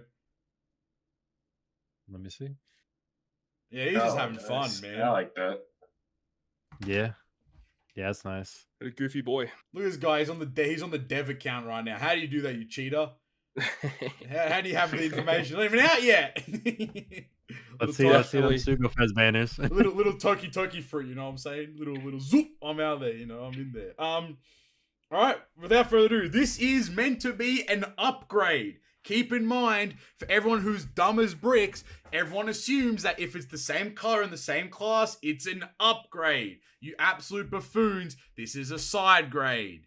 Get it in your fucking skulls. You're gonna need 2 Luffys. And no, the Japanese community is not upset with this unit, so we're not gonna be getting an Uta treatment. I had to put the blanket statement out there. Jesus, people are so annoying. I'm actually fucking, everyone's a schmuck, mate. Anyway. Monkey D. Luffy beating on his drum. Beating drum of liberation. He's a Psy fighter free spirit. Reduces the cooldown of all units by 2 turns. That's it. Best unit in the game. He reduces cooldown his captain ability, guys. Finally. There we go. Dude, it's actually so funny. Everyone was memeing like, he finally reduces, he's good now, right? He reduces cooldown. Yes. He's good now. He reduces cooldown. At the start of the fight, boosts all characters by 5.5x, by 6x instead if they have a beneficial orb. Boosts the HP of all characters by 1.35. Completely removes despair. Makes strength, dex, quick, psi, int, recovery, and tandem orbs beneficial for this character. If there is a strength, dex, quick, psi, and int character in your crew, makes this character's normal attacks count as type effective against all types, and makes all specials that apply class or type restricted buffs apply to all characters. This is truly a rainbow captain. This is a rainbow. This is literally the most rainbow you can get. It's as rainbow as it gets. Yeah, he's literally a pack of Skittles. That's crazy. Well, how's that great? Run! No, we're running back. Face the rainbow, Knight. No, I just saying that. No, don't tell me that. Don't tell me that. All right, moving on. He's special. Gum on your mum. Deals 300 X character attack and typeless damage to all enemies. Increases orb effects of strength, dex, quick sight, int, recovery, and tandem orbs to 2.75 for 1 turn. If your crew has an attack up when the special is activated, boosts orb effects of all characters by 3x for 1 turn, and increases boost effects of attack up buffs by 0.25. Boost attack of all characters by 3x for 1 turn, and increases boost effects of orb amplification buffs by 0.25 otherwise. He has EX. He still has EX. Same kind of Donnies. Inflicts all enemies with increased damage taken by 2x for 1 turn. Changes all orbs, including block and super block, into matching. Locks all orbs for a turn. And he transforms all colors into super type. Yeah, he does do that. He's an attack boosting support. He's rush. I think the rush is the same, right? It is the exact same word for word. Word for word, bar for bar. So still in this last special, still in the 6th tab. So it's a glorified final tab. But I think what I want to refer back to, what people slept on, is the finish tap multiplying the chain by 3 times. Provides so much additional damage. So if you get the chain to like 15x, for example, his final tap multiplies it by 3, so you get a 45x chain as his last tap in terms of damage. So yes, it's a bit funky that his rush is the final tap, but I mean at the same time, he especially with now his captain ability making him a rainbow damage dealer, you now have an incredibly good final tap unit plus extra damage plus can hit through everything plus isn't affected by NAO. Yeah, Red Halo stole the words out of my mouth. Like, it's crazy how this rush is the best final tap in the game. Don't say that, man. Don't say that. And then boosting the rush attack of this character by like up to 2.6. Yeah, see, like it's like you're like what? People are complaining because it's not like a group one, but it's like the fact that this unit is so like. We'll get into. We'll break down the captain ability a little we'll go the full way. He resists half stats. He resists half stats and silence. I think that's a big change because beforehand it was just special bind and damage over time for some reason. Yeah, that was weird. So damage is weird, but now resisting half stats is fucking. It makes it even more scary. Right.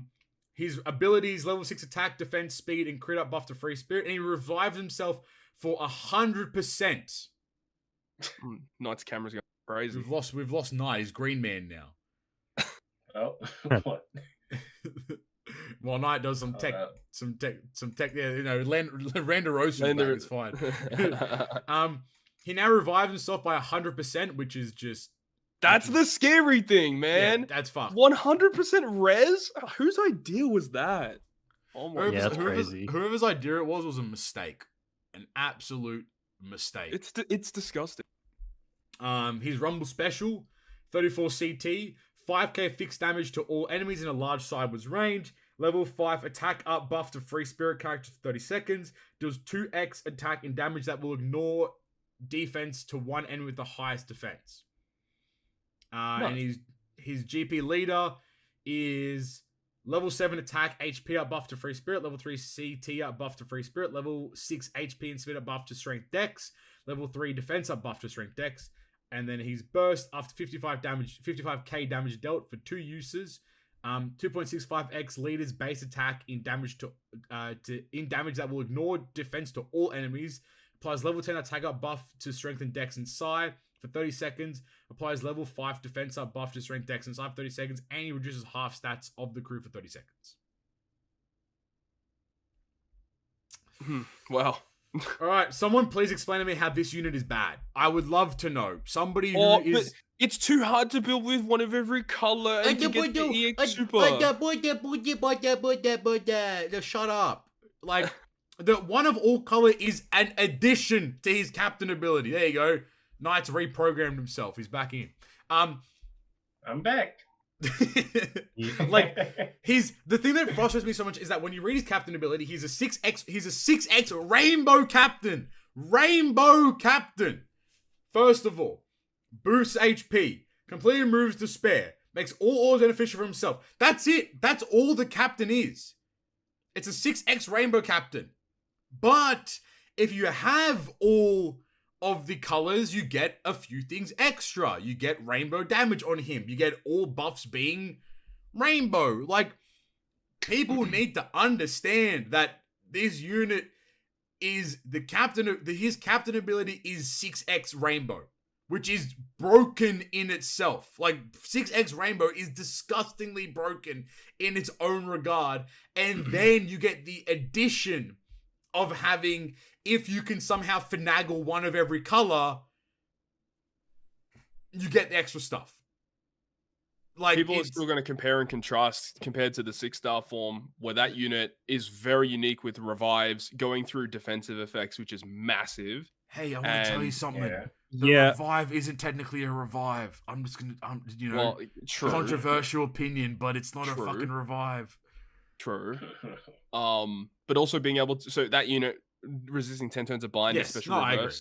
I agree. Yeah. It's just, they're just two different units. They are two different units, entirely different units. But I don't think, like, if you think that this unit is worse than the 6-star, you got rocks in your cranium. Like, you actually have some people literally out there trying to push the agenda. This character is bad. You know what? I'm naming and shaming. Obito, where are you?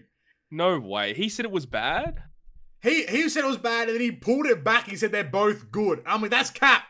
He had a fucking notepad that compared the units. He's good. Fucking everyone in Dynasty, everyone in the Dynasty Discord, I'm fucking looking at you guys. You guys are all bricks. This unit is good. I don't. I mean, hey, yo, let's go. They're both really good, but I do think it's worth noting that it's kind of I guess weird because with the original 6-star, you have like the carrot effect, and with the 6+, you're trading off. Like he doesn't have that anymore, but then you have the additional rainbow effect, but then it's blocked by the fact that you have to bring one of each color. Yeah, which isn't the craziest thing, but it is worth noting that for like most content, like Kisa and stuff like that, that's not happening. Like you're not bringing that. Okay, devil's advocate, like counterpoint to that, the fact that he literally buffs himself so much and his rush is a final tap. Do you really need any other unit for damage? You don't, but I'm using it as the fact that you're trading off for something. No, you're agree. basically, you're losing. If you don't bring that, then you're losing both. So and there's another thing as well that, like, in terms of team building, it's actually a lot easier as well because he makes any special for classes or colors for everyone too. So that makes things a lot better too. Yeah. So in a sense, I don't think that neither of them are bad. Obviously, that's just retarded. No way. That's stupid. I do think that is a negative though, that you trade off for something, but then in a way are like kind of restricted, or it's kind of, I guess, awkward to bring it at times. Absolutely. No, so that's the only thing I would say. Something else that's kind of interesting to think about with the 2 Gear 5s back in the day, right? So let's say back in, I don't know, 2016, 2017, what was the best hybrid in the game? Like the 2 hybrid captains. What was the OG that people went to? The Cavendish Blackbeard. What year? Cavendish Blackbeard. Remember the Cavendish Blackbeard hybrid? Oh my god! I think we have the new GOAT hybrid of 6-star and 6-star plus Gear 5. It's true though. Together. Like I think people are like losing the fact that like you run 6-star, you get all the defensive stuff, and you get the additional captain ability stuff, and then you run 6+, which just gives you bonkers damage. And you literally when you have both of those captains, you resist bind, despair, special reverse. Like there's everything for your safe in all regards. Go through defensive effects. Go through defense, go through barriers, do whatever it is. And then you know, you have 6+'s rush that makes him a rainbow tapping unit. Yeah, you got an attack boost, orb boost, affinity boost with those two together. Remove all beneficial effects by 1 turn with the 6-star. Like, what do you want? Gotta say, it's that combo is disgusting. I would be comfortable saying that both of them are very good. I hate this kind of agenda of being like 6+ has made the unit worse, or his kit's worse. I think you are genuinely like, you need to go to a doctor and get put into a psych ward and sit there instead of a white wall for 6 months. Well, you know what the issue is, and then come back. The issue is I think that people are just a little salty that they need another copy of Gear 5, which I can understand. That makes sense. They've basically made it such a way where it's like, oh yeah, this unit's good. But you do like the skulls at this point are very limited. Like we don't know how fast they're going to be in the shop. Like it would have been nice if we just got given like 100 skulls or 500 skulls, and then you could just go back and forth between them, and then people probably wouldn't be that mad. I think, but I think it's that's the reason we still don't know yet, right? Like I mean, technically speaking, we could wake up tomorrow and then in the mail, like probably not, but we could wake up in the mail there's like 50 skulls or some shit. Like, how did we get so many Uta skulls? Then Uta skulls eventually came to the shop, right? After like 2, I mean, like I know that it's not good that we have to wait an extended period of time to get the skulls to come to the shop and so on and so forth. But at the same time, like at the end of the day, they're going to arrive to the shop, buy all the skulls, either raid points or whatever the situation is going to be. And then you have that flexibility of having both. But I just think that the fact that this unit makes buffs rainbow, like it's in itself, it's valuable to team build a rainbow squad. Yeah. Like, what more do you really want then, right? Like it literally is increased. And what Steed said as well, he's Obsidian Steed, like they just want a super broken Luffy so they never have to pull on a banner again. Well, it's just not happening. I mean, yeah, like, exactly. If that was what people wanted, that's just an unrealistic expectation. Absolutely. I mean, that's actually a question from Wankafella. In a year from now, which Gear 5 will have more play? Probably 6-star. I agree. It depends, but I think 6-star Luffy is better in more content. I think 6+ is going to turn into how V2 Straw Hats turned into. You'll shove them on a team in order to get that rush at the very end. Because I think that people are sleeping on how... And I mean, I'll put my hand up. Like, I also thought the rush was really shit at the very start. But then, like, when you started watching... I mean, I think GameWith put out, like, a really good post about how much extra chain you get from that Luffy's final tap or whatever. Like... It's a lot. It's so much. I could see that 6+ turns into how you're building a Kazuna team and you just have one extra free slot you want to put damage on. So you try to, like, in that team, you might find a way to try to finagle Gear 5 6+'s rush. Or even, I mean, to be fair, at the same time, even Gear 5's regular rush. But, like... Because depending on how things go, like, legit, it actually could be, depending on the situation, this Gear 5 6+ Luffy could legit be used against anything. I think that's where people are misinterpreting the value of... Yes, I understand that the condition to get the rainbow effectiveness is very challenging, you know, but I mean, like you mentioned, Todd, the fact that if he's a captain and he has the rainbow effect, every buff you do is now a rainbow buff. So you don't have to really worry about, I need to build driven powerhouse or whatever. Just bring a unit that's a strength unit or whatever. Another thing that people don't like that people forget about, like, that not only just extends to, like, buffs, like attack or whatever, like, even if it's like reduced cooldowns of strength units, it's everything that works for everyone as well. We did testing as well in the subreddit Discord. It does not work for super tandems. That still is specific to whatever the super tandem was. Suppose, yeah. It makes sense. Yeah. So that would have been neat if you transform any super tandem to all colors. Oh my god, it would have been yeah. To add to his question, I feel like it's going to be easier for the company to power creep 6+ the 6+ than the original, because I feel like the original always still have the ability to go through all the barriers and stuff. I feel like that would be more useful. Yeah. So, you know, down the line, for a year from now, I feel like there'll be units that are either doing just way more damage or having similar effects to the 6+. Well, yeah, that's the thing as well. Is like in a year from now, which Gear 5 will have more play? Well, there's going to be a new Gear 5 probably that will be better. I'd be pretty confident in saying we've got another Gear 5 at the end of this. New Year's might even just be another Gear 5. At least a unit of some kind. I think by next year we'll have at least like three more Gear 5 legends. Probably a free to play one at some point as well. A login Gear 5 Luffy. Login, Jesus Christ. Login's crazy. No, but I think it also relates to, like, your tweet that you made like yesterday, and then Knight also, like, way back when Gear 5 initially released. The base form of Gear 5 will still be the best starter character for all new players or beginners with a very limited box, right? Yeah. Like, the fact that, you know, as Flame said, Barrier goes through defense. He has, in his captain ability, he has a lot of debuff removal as well. All in all, you have so much more value as a beginner player. But then as you get, you know, your character box established, you're going to be able to build, like, for example, like, I think Tony was fucking theory crafting his damn mind. Shout out Tony. Like, you can bring Rush Sanji as the Dex unit. You can bring Cerebral Robin as the quick unit. You bring Kaido as the strength unit. Then you can bring, you know, somebody, maybe Kid Law is the int unit. Then you have attack, orb, color affinity, chain. You have the super type buff. You have 2 conditional boosts. You have increased damage taken, ignite. Like, that's a team right there that you could probably throw into majority, if not all content, if not all Super Boss Kazunas, and maybe probably still do a couple 100 mil damage, because Gear 5 6+'s rush is just fucking broken as shit. And if not, just rush Sanji, and then they get a crap ton of damage out of it anyway.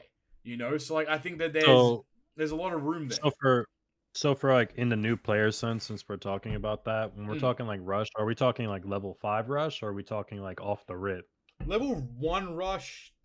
Level 1 rush is still good. It gives, because that's what they're going to be using. You know, it gives level 1 rush gives less chain increase, but it still gives you 2.5x as the finished tap. Like, in terms of increasing the chain. So like, right. That's it's still not, a lot. Let's say that's going from 10, let's say 10x to 25, as opposed to at level 5 rush 10x to 30. So like, it's obviously not going to get the maximum out of it, but at level 1, he's still hitting bonkers, like absolute. Like, I would say there might have been argument to use rush tablets. Maybe not quite yet, but I think that depending on how he goes this Kizuna, I would be pretty comfortable feeding my 2 rush tablets right now into that unit. Either him, obviously, or Sanji, but even Kaido might even pull up and surprise people. I don't know. Just looking at these multipliers, I think even level 1 rush, I don't think you need to invest any tablets in this guy, to be honest. I think even level 1 will carry. 1.5 to 2, yeah, it's fantastic. I think the rush that affects the whole crew, I think those are a bit more important because those multipliers are much smaller. So getting those ones up, I think, are a bit better. Yeah. Whereas, but either way, like, level 1's fine, I think. Yeah. No, and I think Chris made a point there. Do you think he replaces Roger as the best starter legend? I mean, yeah, I think so. I think so as well. He'd be up there for sure. I mean, Nami's still pretty good to start with. And that's the problem, right? Like, I mean, we haven't talked about his Rumble Kit. So let's talk about his Rumble Kit before we get into who's the best legend in the game conversation, right? But, I mean, I don't think there's actually much to talk about. He's fucked in Rumble. He's so goddamn good in Rumble. It's a joke. Like, it's actually like. So basically, everything he did before has been upped by like 1 level. 1 level, and instead of doing it for Sai, he does it for Free Spirit instead. Which is interesting because, I mean, you could use him on a Free Spirit squad, but then that takes out Luffy Yamato, and we know Luffy Yamato are really good. Yeah.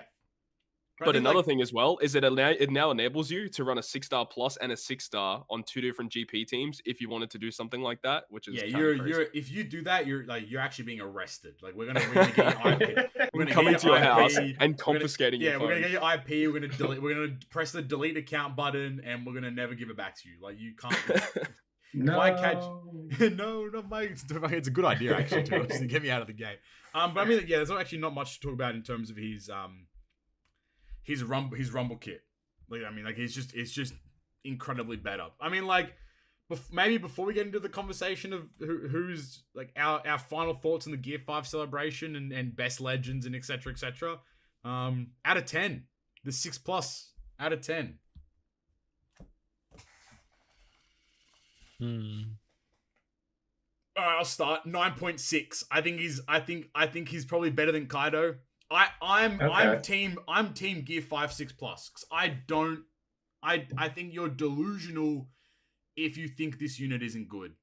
And I'm sorry, but even with the restricted caveat of needing a rainbow team, the fact that he has a rainbow team conditional that requires you require it, he also makes every buff rainbow, so it balances itself out regardless. So I think, for me, it's like a 9.6, 9.75.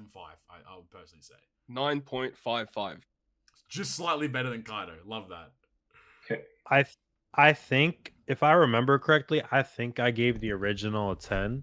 I think I did. I think we might have all even given him a 10, to be honest with you. Yeah, I gave the original 10. Like I said, like a couple minutes ago, I'm not too big of a fan of the thing we're talking about, so I'm gonna give this one a lower one. So I'm gonna give it a 9.5. Round us out. All right, I'll give it the same score as Todd, 9.555. 555. Slightly better. JF Keenan makes a good point. He fixes the issue with the Straw Hat crew not allowing you to bring any other Straw Hats for their rainbow. That's true. Oh, I see what he means. Yeah, like the fact that you only have to bring the Luffy to get a lot of the benefit out of it, you can then kit your team out with a lot of the other Straw Hats, plus supports, plus everything else. So, like, I think there's value there. Yeah. All right. No, I think Gear 5 celebration. Did they do him justice? Where's our brains out here? I think so. I think the 6-star is more fitting for the character thematically, because like the revive and then him just being able to bypass defensive effects and doing all of those shenanigans. Like, I think that was pretty good for the release.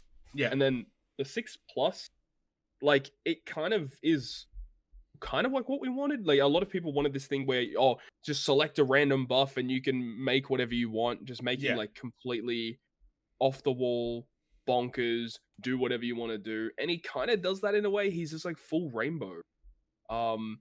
I think they did a pretty good job with Gear 5 Luffy. He is definitely one of the best legends in the game, no doubt. I don't know. There's still some issues with the character overall. And I think that the fact that you do need 2 different copies is going to leave a bad taste in people's mouths. Yeah. I think that really sucks because a lot of people were kind of banking on it was going to be a straight upgrade.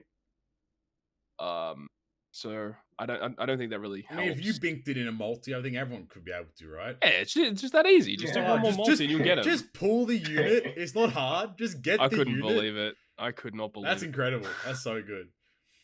What do you guys think? Do you think they did justice? How do you guys vibe with it? Oh yeah, sorry. I just wanted to touch in what Carissa said. It does make Grand Party a lot worse. The celebration has made Grand Party an even worse game mode, so that is a fair point. Grand Party was already 0 out of 10 anyway. It can't go any lower than that.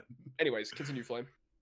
I think in a general sense, because I think we talked about this in the off ep, like Gear 5 and whatever. Yeah. I think in a general sense, I think out of like all the One Piece games and stuff, like I said, I think they did the worst compared to the other ones, because the other ones did a lot better in my opinion. Bounty Rush was crazy. Yeah, Bounty Rush, Pyro Warriors 4. Pyro Warriors, yep. Yeah, that I think they did way better. But as far as like OPTC, I think, you know, in typical Treasure Cruise fashion, they did what they did.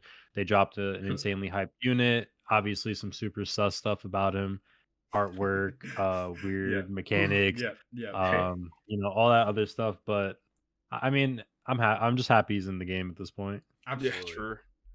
Like it's like the Roger thing, right? Where you sat there just hurry up and put Roger in the game, and then like now we can just like be off with it. There's no more like super secret like is he, isn't he type beat. It's like he's there now, which is we're still waiting for Dragon. Dwag, and we got Dragon right there. Kaido says hello. And Dragon does nuts on your face. Hey, that's crazy. Got him.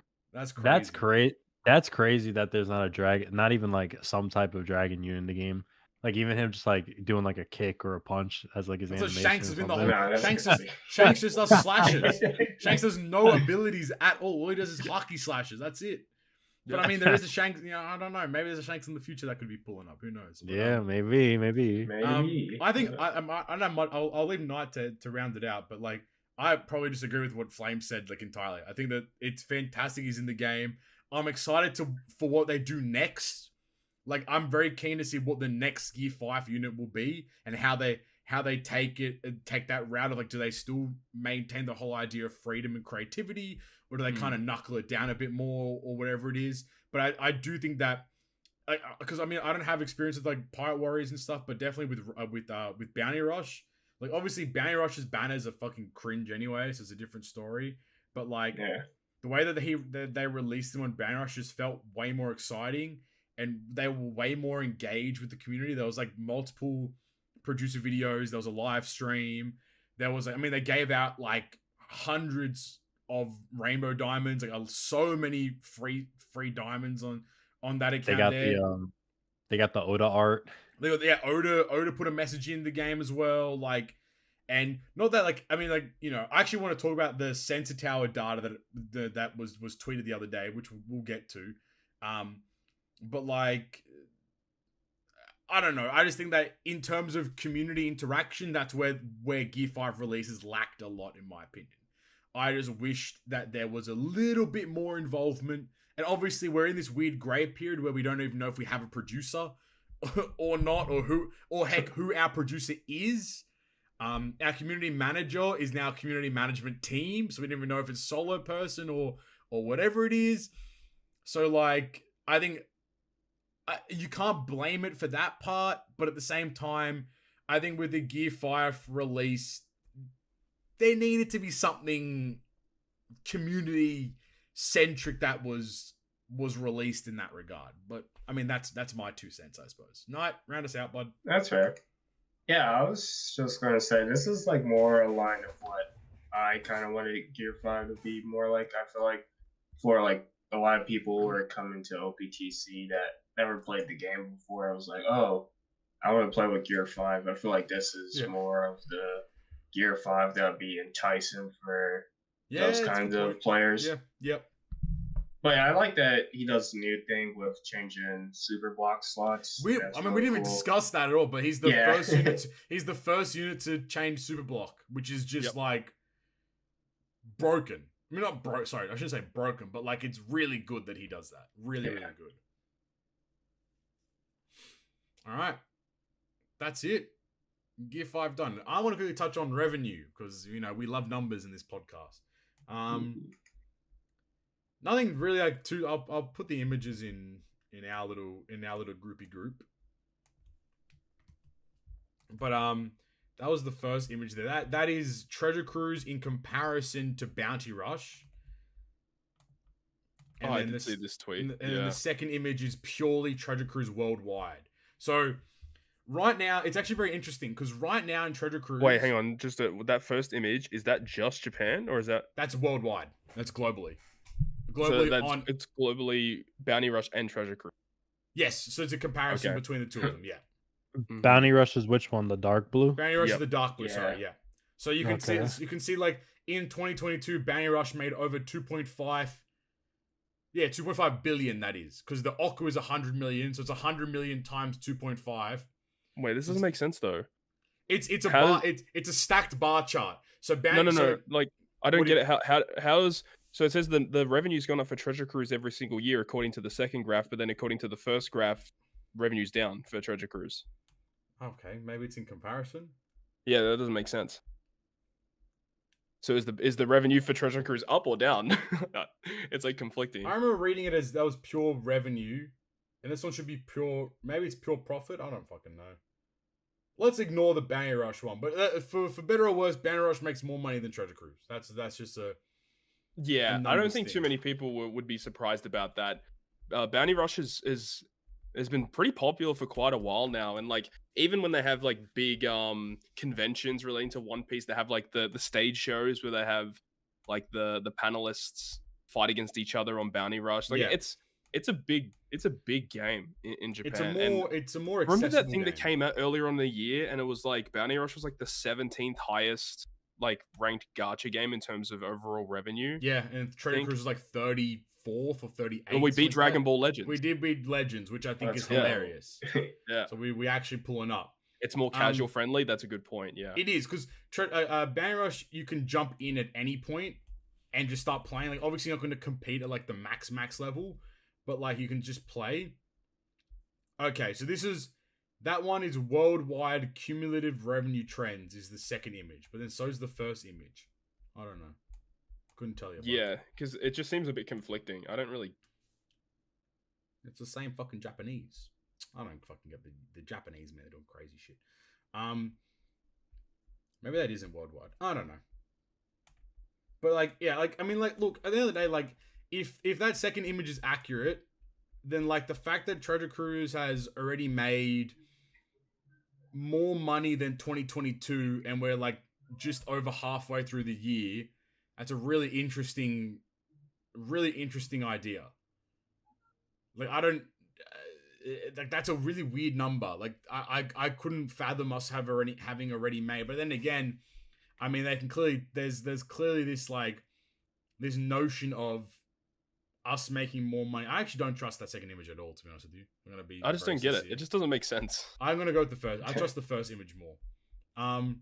But even then, like, I don't know. Like, how do you guys feel about like? Do you think that revenue is ever gonna be a factor? And like Treasure Cruise would get shut down if revenue were to suddenly just like drop off. I mean, potentially. It depends how hard it is for them on the back end, because we know that the Japanese side of the game is where most of the revenue will come in from. Yeah. So I feel like there is a world, potentially, that they would like maybe stop global and like kept Japan running. It depends on the costs of running global and keeping that active. I'm not 100% sure on how that would work, but there is a world where that could take place. Obviously we don't want that to happen, or maybe people do want that. I think the thing that people don't really talk about a lot is how much do you think the licensing costs for One Piece? Like, I think that like whilst we make people complain like, oh, we make like $3 million a month on global, whatever it is, like.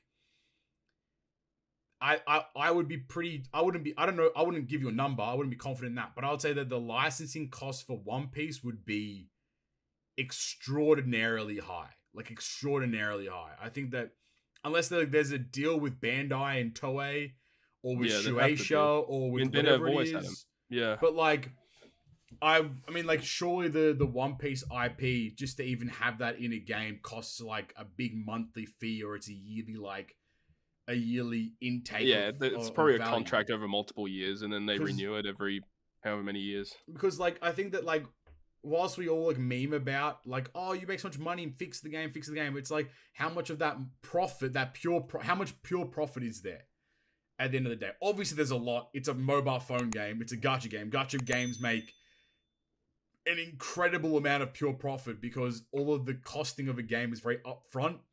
For gacha games, you're not buying a physical product, it's all in-game transactions. But at the same time, licensing for One Piece, and I think for Dragon Ball as well, like all those things would be like inconceivable amounts of value. Dragon Ball might be a bit different because I feel like, I mean, for them, they make so much money that I'm sure the licensing isn't even as bad. Like for them, like it's like, oh yeah, we can pay for that. That's fine, you know. That's fine. Yep. I know. It's a hard one to discuss because we don't have all the info at hand. It's more just speculation at this point. I'd be interested to know. I mean, obviously, I'd love to be a fly on the wall and like the end of year like reviews of like the fiscal year review, like how much money things have been made and so on and so on. Well, as long as you can speak Japanese. Yeah, man, I'm there. Which you can. What I'm saying? Konnichiwa and the vibes. Yeah. But yeah, it would be a very interesting conversation to kind of break down, I suppose. But I mean, I just wanted to bring that up because I think it's very interesting. Like also like Bounty Rush is clearly just absolutely like just clear. So yeah. Cool. I think that's it for content wise. Yep. Here we go. In other news. Yep. Let's go. We had the Netflix collab quest. Dude, why even fucking bother? Hey, shout out. We get that season 2 announcement. Yeah, we did. That's hype. That is hype. Can't wait to see animatronic Chopper pull up and say good day. No, it's going to be the Vans Chopper. Yikes. Honestly, the way that I think they're going to do it is I have a strange feeling that they'll probably keep Chopper as like the reindeer most of the time because I feel like that might be easier. So much easier to animate, so much easier to CGI. Yeah. That's the way that I think it might go, but we'll see. I just hope it isn't like a small kid. Like a child. Like a kid in a suit. A kid in a Chopper hat in a suit. Like, hey guys. Yeah, what if they did that? Like it's like a child or like a teen or something, and they just do like prosthetic makeup. Oh, I would be so I'd hate that so much. That's cursed. Like the thing is I feel like no matter which way they do it, like you can't make everyone happy. No, it's just make it a puppet or a CG. It's just CGI it. Like I don't care. Just CG. Just put some guy in a green suit in a green suit and then just CGI over him. Like that's all I care about. I don't want some fucking infant. That's crazy. Some like 12-year-old child walking around. Fucking, hey guys, I'm Chopper. I'm a doctor. No, you're not. Guard point. Horn point. Hey, yo, horn point. Relax. Chopper's doctoring. Chopper's doctoring. What's he doing down there? Doctoring. That's crazy. What's he doing? I don't know. But we'll get Jamie Lee Curtis's Dr. Correa. That's if that actually goes through, that's fucking crazy. That'd be so. That has to happen. That'd be so elite. The Boa got her gorgonzolas out, and she gave them to you. Yeah, hey, that was fucking random. What a weird item. Hey, what? Boa's gorgonzolas. Like, there's literally a bowl of dish. A bowl of gorgonzolas. You get it after clearing like 30 quests or whatever. You get a bunch of them. They count as part rumble it was to items. Celebrate her birthday, right? Yeah, so giving us gems. They did it for Buggy as well, right? For Buggy's birthday, we had the limit break thing. Limit breaks, yeah. So maybe they'll start doing that more often when it's someone's birthday. We give me 5 gems. I don't want fucking bowls, gorgonzolas, or whatever. Well, we did get 5 gems, right? We did still get. I don't even remember. There's like a login thing now every time it's someone's birthday. It is that. No, that's true. That's true. Like, bro, like, you know, what the fuck? Since when did bowls start whipping up gorgonzola, mate? You know what I'm saying? I want to. No, they did. What? Yeah, it was like the end of Amazon Lily when they were going to Impel down. Oh my god, you're so right. Yeah. My man thinks he's teching out here. God damn. This guy, he knew. Because I was so confused the whole time. That like, why the fuck is she cooking up gorgonzola for the lads? Like, I don't get it. Why am I farming this?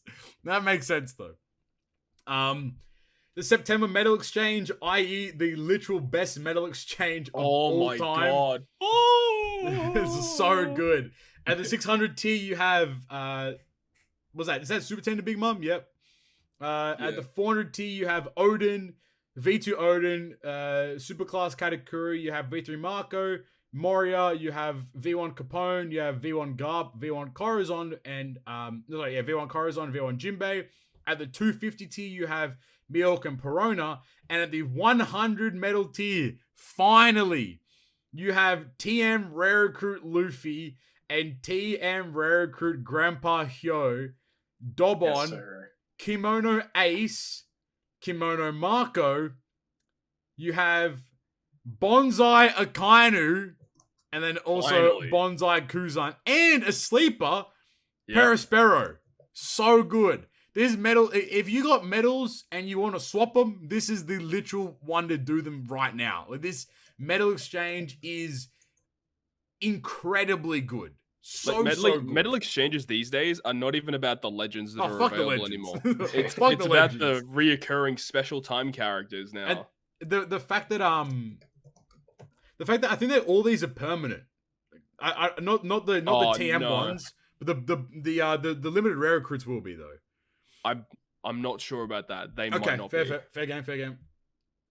But they added more of the limited rare recruits. They did add a couple more. They added Kid and they added like that Log Voyage Kid, and they added a killer, limited rare recruit killer. Remember how? And Caesar and Caesar. Oh, Caesar's not bad. Yeah. I remember that killer back in the day was like sought after. If I remember correctly. Yeah, because he was like one of the only characters of his type or class that would be a 3-turn affinity booster. Yes, like he was like the only one that did that or something. Yeah, it's some crazy ass. Bro, I remember limited rare recruit banners. Those banners were fucking insane. Yeah, those were goated. Like kid, like that log kid was the first limited rare recruit, and Bonnie was so good. Tashigi, Bonnie, Tashigi, Pedro. Law. No. Pudding. Nah, hell no. Fucking bikini. Bro, no. The physical. The side pudding. Dokkan out here. She was like the only unit in the game that I think she was driven special silence removal unit for like a year. That was crazy. No, there's Perona, bro. Oh, by 2 turns.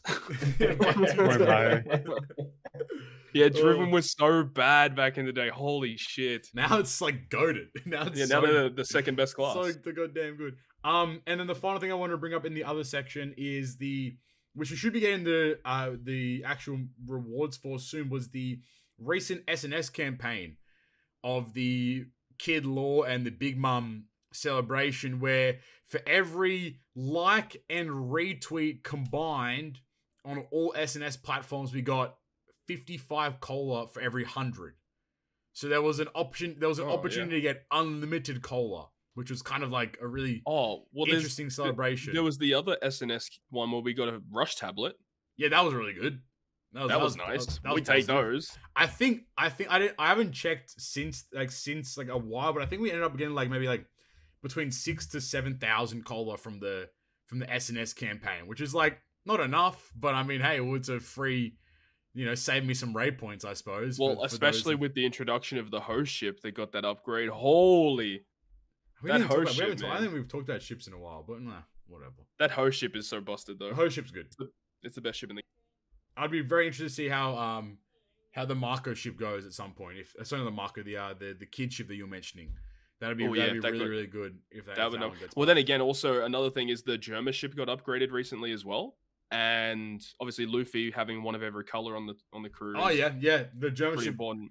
German ship actually pulls up and goes crazy right now. So yeah, exactly. I think that there's a lot of value there too. All right, well that's that. You know, we did the shoutouts already, but once again, we wanted to say that we appreciate every single one of you.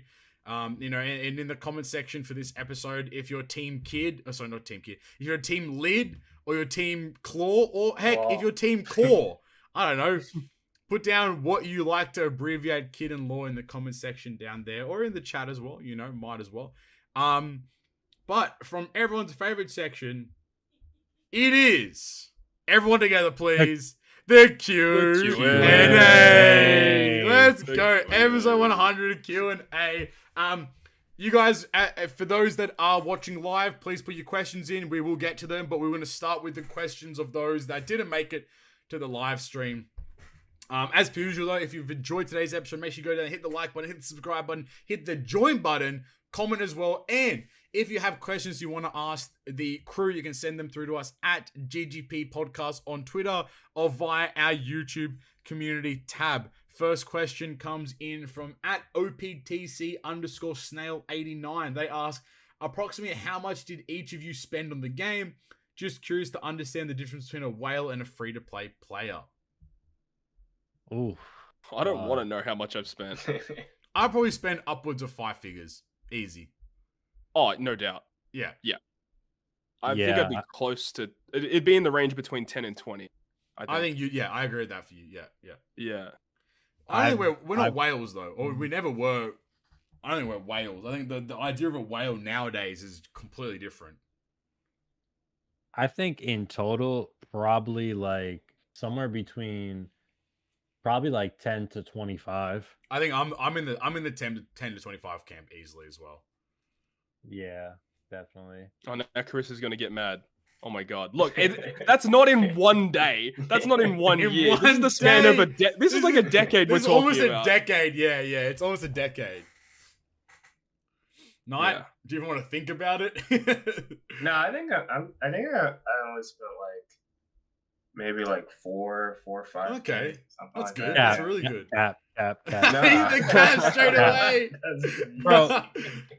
bro. There'd be times I'd be in VC with this dude, and he's just I'm like, Knight, you doing pulls? And he's like, yeah. Like, sees like second multi. Like 2 minutes later, he's like, "Oh shit, I got him." He's like 18 multis deep. Nah, the other thing is, even if he doesn't get him, first ticket to treasure map, boom. Yeah, this guy's a demon. See, bro, every time. Bro, if Knight was playing in the modern era, he would never have to do pulls on any like banner. He'd just wait a month for them to be put into the red tickets, and he just pull them anyway. The ticket demon. Yeah, we all had our gimmicks. Knight was the ticket demon. I was the 30 gem demon. Yeah, Todd was discount. What was the term I gave him? He always used to pull. He used to pull it after. The off-screen ski. If I was recording, it's better. My gimmick is I only show up to the big events. When it's a big celebration. And you're lucking those. You save all these gems. You have like thousands of gems. And you do like 5 pulls and get everything. That's that. Okay, see you guys in 3 months' time. I'll be back later. All right. Next question from at Obsidian_Steed_. He asked, happy 4 years, GGP. These 100 eps have been a journey with you. So many laughs, and I'm real glad I've been a part of this amazing podcast community. My question is, where do we go from here? And he has another question afterwards. But where do we go from here? What do you...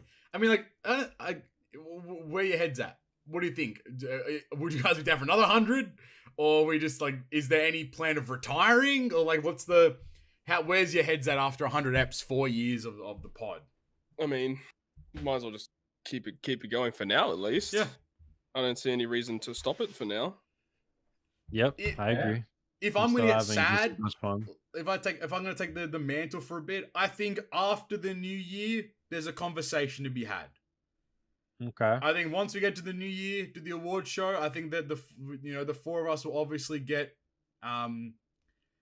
into a call and naturally discuss, and then we'll obviously go from there, I suppose. But I mean, for the time being, I couldn't agree more. I think we just keep our heads down and we keep pushing.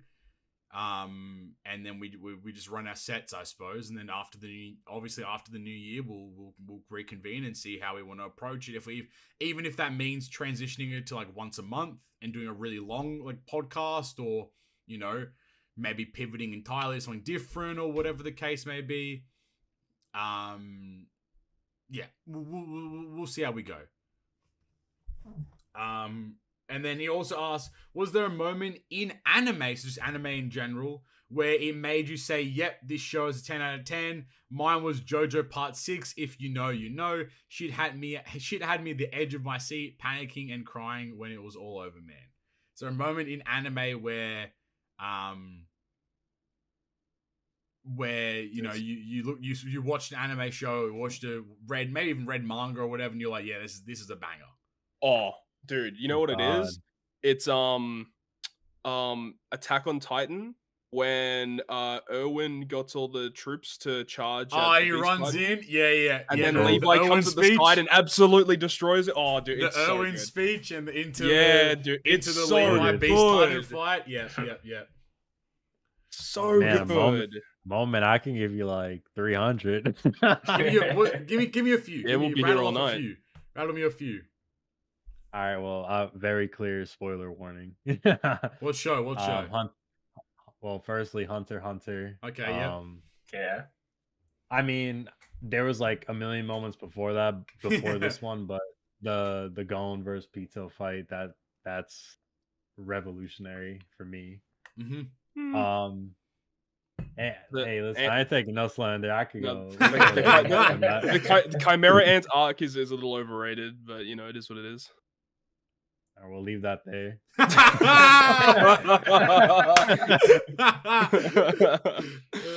We got that. For me, a very, very low key show. Chihaya Furu. So it's a part in season 2. Like one of the matches really, really hit me crazy. The Kaguya movie. Oh yeah, Kaguya movie. That was peak. Yep. For me, Steins Gate. Steins Gate's good. For me, the part in Steins Gate, basically when Mayuri gets her fucking brains blown out. That was crazy. Yeah, I'll leave it there because we can go all night with this. Knight, what are you, bud? For me, I would say like one of the like big ones, like Berserk, the fucking sacrifice scene. That's the god scene in the manga. Yep. You talk about the eclipse? Yeah, the eclipse. Oh yeah, the eclipse. That's peak. Yeah. Another one for me. There's a scene upcoming in 1,000 Year Blood War anime, like the final episode. That's gonna be god. That's gonna be crazy. Oh yeah, yeah, that was my pop off.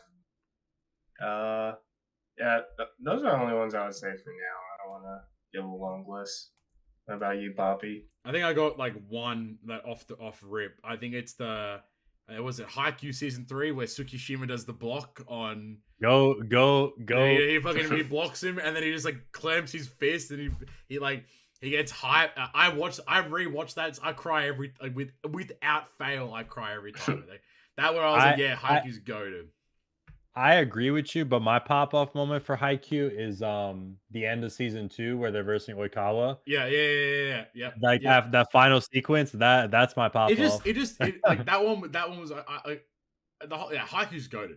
Haikyuu's so goated. But yeah, I think like that one or the Tsukishima block is just like brother, go. I lost my damn mind. I remember I watched that in Japan, I think I was.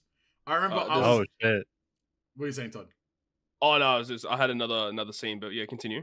I was saying like I remember I was in Japan. We were at a hostel. I remember I loaded it onto the computer. I went to one of them illegal anime sites on the PC. I remember watching the episode. And I had people crowd around me. We were all watching it. This is random Donnies. We were all watching it together or some shit. And I was like, yeah. This is a good day. Like that shit was fucking crazy.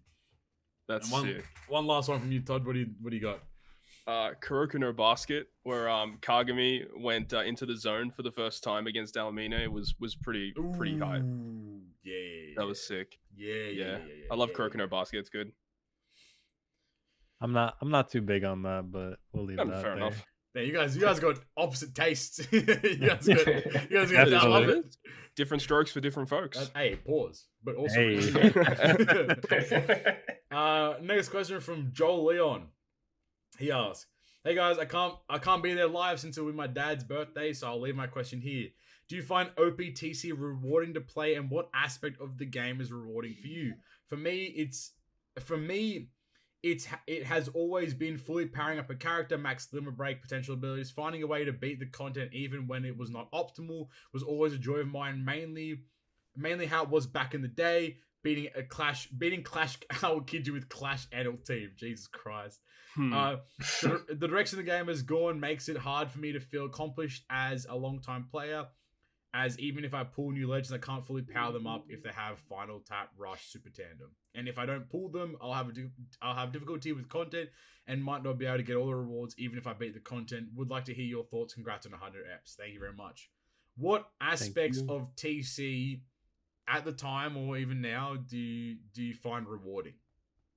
I still think one moment in Treasure Cruise where I was like, holy shit, I fucking did it, was GARP V6. Yeah. Dude, beating that, it was like you're the best player ever if you beat that. I mean, well, in some aspects, it's not the fact that you not only did really well to beat the content, but you actually had the units to beat the content. Yeah. Because you had to have like a full team of legends, and like I think 2 or 3 of the supports also had to be legends as well. It was pretty hard to do back in the day, but even if you had the team, it was still really fucking hard. It was that was crazy. For me, I mean, yes, that was also up there for me, but beating someone like the OG Forest for the very first time, that was crazy. Like pulling up on Whitebeard. Whitebeard was the NL team, right? If you didn't have the legends, was that the? I beat it with Gear 3. That shit was fucking dumb. Oh my god. I don't remember if I used Gear 3 or Log Luffy. I used one of them. I remember it was like the very generic team. It was like Log Luffy, the strength Golden Pound Usopp, the strength Alvida. And it was like 2 other units, but yeah, that was crazy because it was like if you miss one tap or if like you hit a great or something, it's over. There's a wrap. The run's done. Run's dead. Now new Treasure Cruise players will never know that struggle. I remember when so it was like me, Dylan, and Cobby we were like hanging out, and Cobby was like me and Dylan were pretty far ahead. Cobby was like just newer-ish to the game. He had Log Luffy, and he was trying to beat Whitebeard Forest so bad to get that ship, and his team had an unevolved Log Luffy as captain. So like this is not a good team. And then it was like the second last stage where there's like 5 mobs or whatever. He's like, "Oh, I'm so nervous. I don't know if I can do it." And I'm like, "All right, give me the phone. Let me in. Let me cook. Let me cook." And then I hit good, great, perfect, bang, bang, cleared the stage, got to the last stage, won. And then it was just, it was like, we got so hyped for beating that stupid training forest. I think I was in a hostel. I remember. I think I was in a hostel in Australia. We were out like at a concert. It was like the night before the concert or whatever.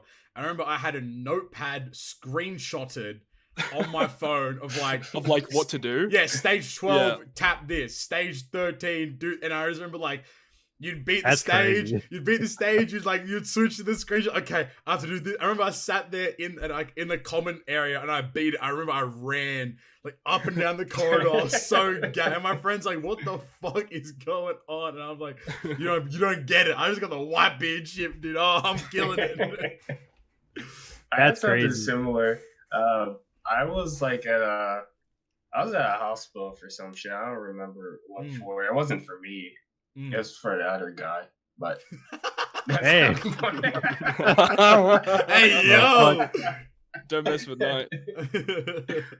But jokes aside, I was in the hospital for, I think it was like a checkup for like my mom or some shit, and it was for the fucking law force where I didn't have the fucking Kobe that removed the RCB bind, so I had to use like a full legend. No, it was a full 50 cost team. It was double Kainu, Raid, Kuma, Hody, and it was like 2 other legends. And I remember getting to that last stage. I was like, oh god, please. Stressing.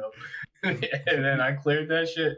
Ooh, I was sent. I was Dude, so happy. When you're playing Treasure Cruise and you get to those moments where like you're like sweating in like you're like shaking. Oh, dude, that's the moments you play Treasure Cruise for. Let's be real here.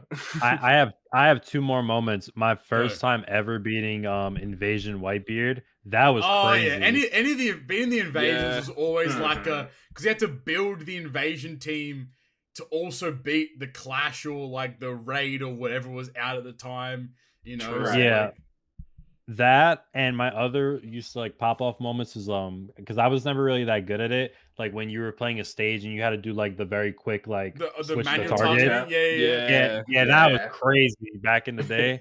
Dude, people still complain about it. People like, why stop manual targeting? It's like, bro, get your skill issue, honestly. Yeah, it's literally a skill issue. Skill issue. Yep. Oh, good reminiscence. Good times. I will leave Cody's question as per usual. You know, we got to end it in the right way possible. We'll start with a few things in chat here. There might be spoilers. I think Cody's question you said had a spoiler in it as well. So JF Keenan had a question further up. Yeah. I'll read it out. Happy 100th episode of GGP. What was your favorite OPTC topic talk about over these 4 years on the pod? And on that, what's part of the OPTC community that you dislike talking about?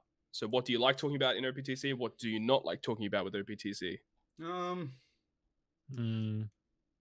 mean, I think like I love talking like the semantics of things. Like I love getting into the granular of being like, why was a unit released? Like what would this unit hold value? What was the business decision behind this? Like if you catch me in the Discord, I'll be always talking about like revenue and profit margins, and that's my favorite part of it. The only thing I least like talking about, even though I clown on it a lot, is just like there is a portion of this community that is very elitist, and it creates a lot of distaste for me because I think at the end of the day, this community is, regardless of how big One Piece is, OPTC is still a niche community, whether people like it or not, and unnecessarily bashing, and I do it too, but unnecessarily bashing on portions of the community or specific players or whatever it is that creates this unjust disturn or distaste in people and so on and so forth, really harbors the essence of our community. And I think that we I'm going to use we in general, the community needs to do a better job of fostering a more positive and a more helpful kind of environment to allow people to continue to be involved in this really good community. I think that we have some really fantastic leaders, and it's a very positive environment for the most part, but we do unfortunately have this essence of there is a sentiment of people being very elitist, or I know more than you, or you're shit because you're that's new. One component that I was going to say is like I do see it sometimes where a new player will like ask a pretty ordinary question, and like people will just say, oh, as if you don't know that, or like go talk to someone else. Like, no, if it's like a simple question, like just let them know, like, oh, should I feed my dupe into this ability or this ability? And it's like, well, no, you feed into this ability or whatever. Like just simple stuff like that. Like I get that there are times where players will like post a bunch of screenshots with their character box and like just build me a team. And obviously, that's very annoying when people do that. No, but I agree. There are simple questions that like you should just answer. Like people need the info. Yeah. No, I agree. No, I'm the same. But I love talking about units. I love talking about different units and how they synergize, breaking down each component, how that can really conflict with units or how it can work against certain pieces of content. I just love talking about what units do. I love doing that. For me, I guess my favorite thing to talk about has definitely changed. Kind of funny, I guess my favorite thing to talk about now is just the errors or the fuck ups. I find it so funny. One Piece error cruise, Paul. I've stopped updating it now. I can't be bothered. It's too many, bro. It's a full-time job, no? Literally every second day I'm going back to it. It's dumb. Like, goddamn, stuff that. Yeah, but I enjoy talking about that. I guess something I don't enjoy talking about, or maybe I guess I would make fun of it or like make the bright side of it, as well as I guess the toxicity in the community. And that's why sometimes in my videos I would dunk on people or make specific videos Yeah. towards like a stupid comment I saw, because I'm just like these people are like ridiculous. And to like the people that like just, you know, go crazy on someone for asking like a very general question in the comments or, you know, in the Discord, it's like the game is really not that serious. Like, it's a phone game at the end of the day. Like, you don't need to be going that crazy over someone. No, I agree. True.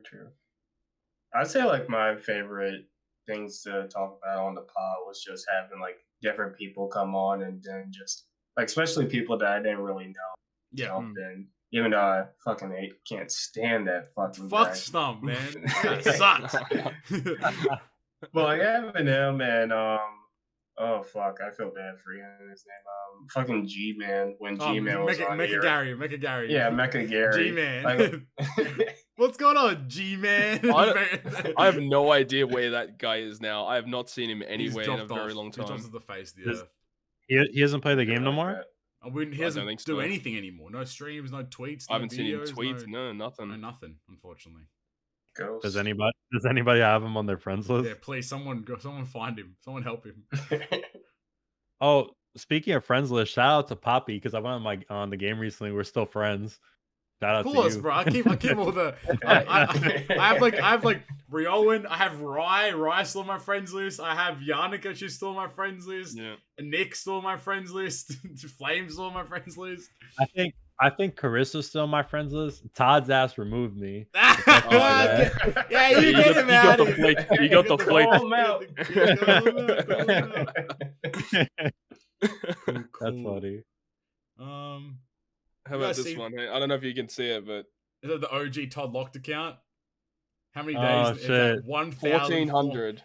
Look at Roger's base. Roger's base. Shout out to Roger. Hey, that's the friend hierarchy right there. Flame, hold that. That's crazy.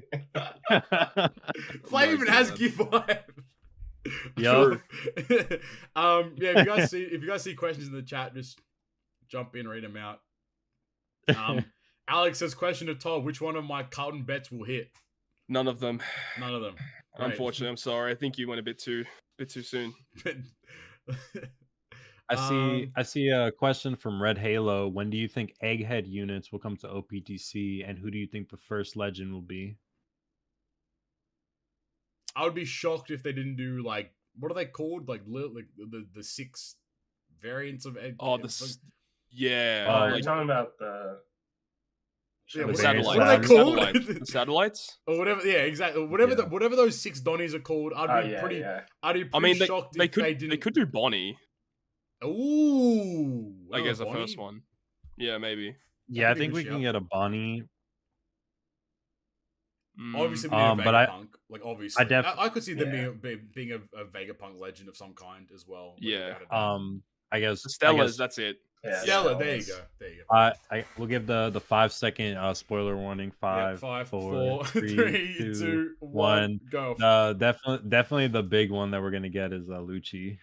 Yeah, Lucci and Carl. Yeah, Lucci.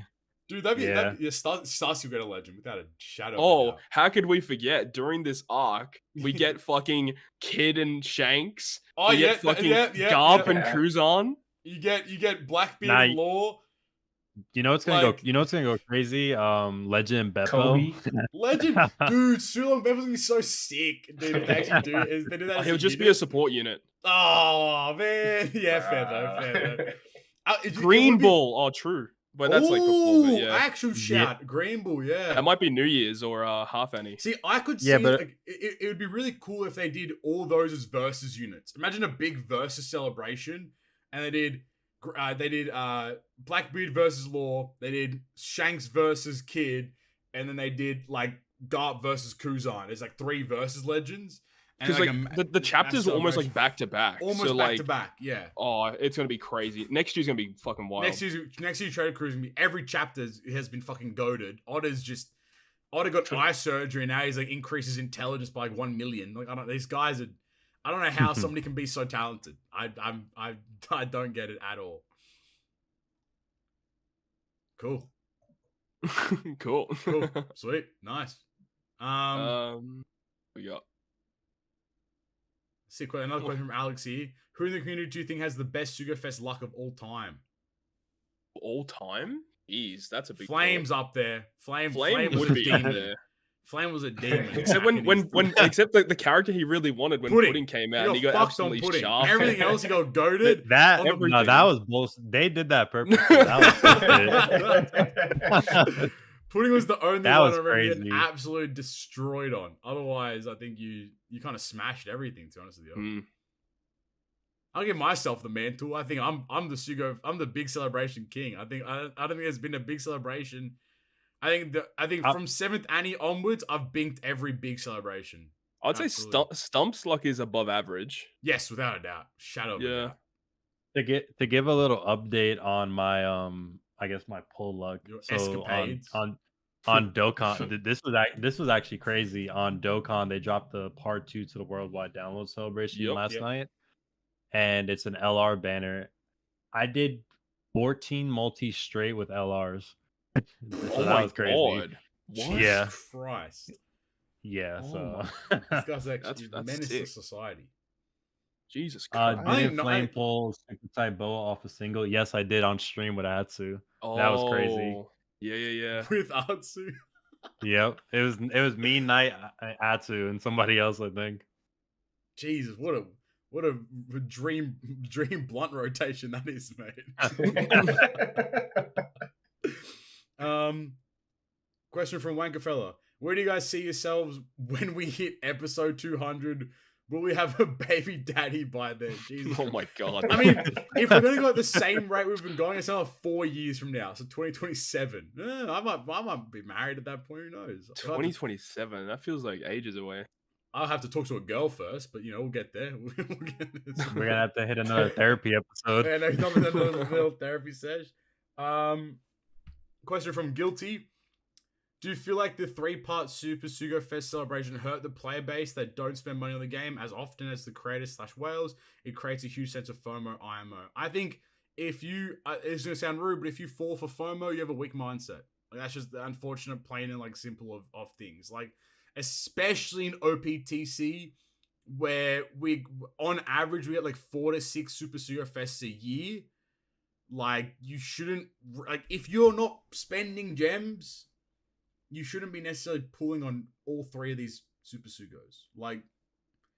You should really be knuckling down. For example, the best part to pull on was the Nami part, or anything that relates to Nami, or But then again, that was with Lauren Kidd, and Lauren Kidd are kind of poopy.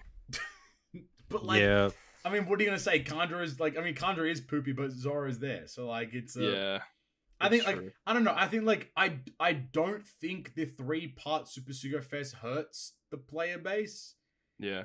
It's just you have to be a lot more mentally strong to not go and do more pulls than you need to. Or the thing is, is that Bandai's whole shtick is that they are trying to make a profit, and then by doing 3 Super Sugos back to back to back makes them more money. So that's it's just kind of how it is, really.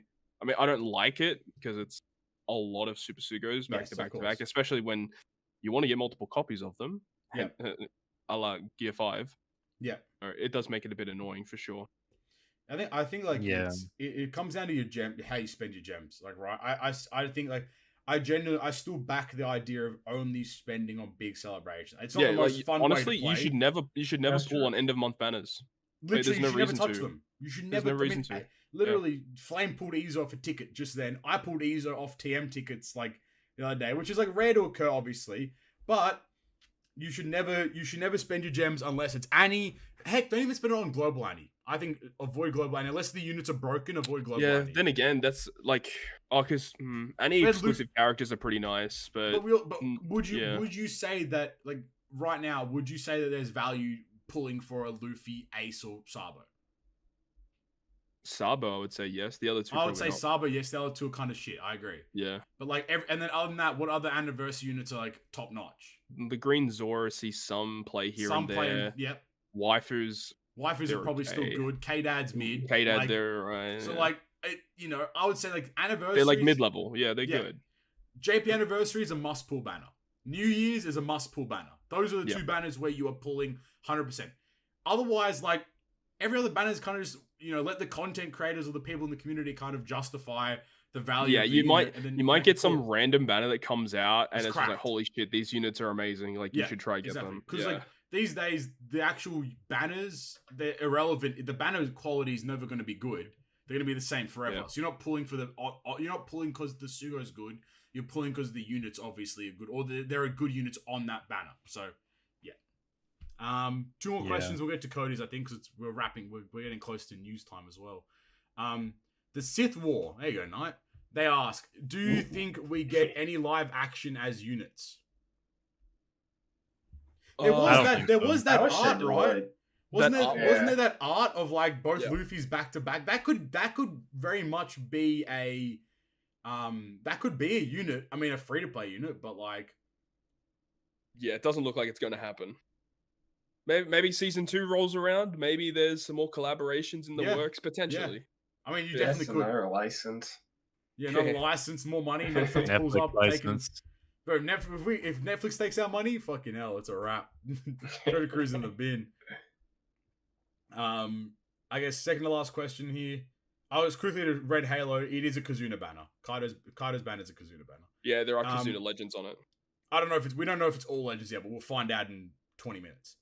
And then second to last question here from Derry Jackson. He's been around for a long time as well. Who's the next out of nowhere character to get a legend? My guess would be a legend Kazuna Suru gums out and all. Thanks for all you do, fellas. Let's go. That's a great way. That's a great way to wrap it up. I just want to point out my mum's in the chat. Let's fucking go. Shout out Hannah. My mum's in the chat. Thanks, mum. Shout out Papi's mom. Captain Mum. Thank you. Yes. Get the gums out. Hey, that's kind of weird saying now with mum in the chat. But I think what Guilty said there is actually a Weevil legend would be fucking sick actually at this point now. Oh yeah, I forgot Weevil was a character. Yeah, that's what I'm saying. A Weevil legend would be so tight. Oh so, yeah, we still need our baby 5. We do need baby 5. Sir. We still need our Jozu. We still need Jozu. Mm-hmm. Mm-hmm. We have Kuma, thankfully. He's the best legend in the game, so it's fine. Of course. Never in doubt. So GGP will end when we get a baby 5 legend and a Jozu Yes, sir. Legend. That's the caveat now. next celebration pops up and it's just baby 5 and Jozu for some weird ass reason. All right, and then as usual, wrap it up with a Cody question. Cswins, you got to wrap it up with one of these. Hey fellas, as always, thank you for the work that you do. 100 eps, hot damn, that's an accomplishment. Couldn't be happier for each of you. For questions, I'd love to get your take on the upcoming Luffy versus Kaido fight in the manga. What are your thoughts? Does Luffy continue his trend of early L's? Sorry, I said Kaido. Kizaru, apologies. Luffy versus Kizaru. I said Kaido. I was like, wait. When I was reading that, I was like, wait a minute. That fight's already done. Luffy versus Kizaru fight in the manga. What are your thoughts as Luffy continue his trend of taking early L's? Unfortunately, that's all I've got for you this week. Again, massive congrats on 100. Much love as always, your boy Cody in Canada. Thank you, Cody, as always. Thank you, Cody. Appreciate it, Cody. I don't think so. How's that gonna go? I think that last panel of him in giant form, like gripping him, was just like, was just like enough of a sign that Luffy is. I mean, to be fair, Luffy's also kind of dumb because he thought that Gear 4 would be enough to take on Kizaru, which was like. Yeah, I was actually very surprised he went to Snake Man. Like, holy shit. He chose Snake Man. I'm like, bro, this is Kizaru, bro. He's pulling up. Like, don't. But then again, he was in Snake Man, and he's like attacking him, and then Kizaru's like, oh yeah, you're definitely the one that took down Kaido. It's like, what? He was just in Snake Man. What are you talking about? And then he put up in Gear 5 form and said, g'day. And it's just like, it's a. But like, what's he gonna do? Is he just literally gonna like pitch him like a baseball? But also, like, he turns into light. Like he can fly. Like, if you throw him, he just fucking disintegrates into light, then just comes straight back. So like, it's a. I mean to be fair, before he went Gear 5 in the Kaido fight, when he was in Snake Man, he was cooking Kaido. So yeah, his haki's a lot better. He can use that's also a really good point too. Yeah. Conqueror's coding, so that helps. So for me personally, I was happy he didn't go insta Gear 5 because I wanted because I wanted to see how he would fare against an Admiral, like Snake Man makes sense versus Kizaru too. Exactly.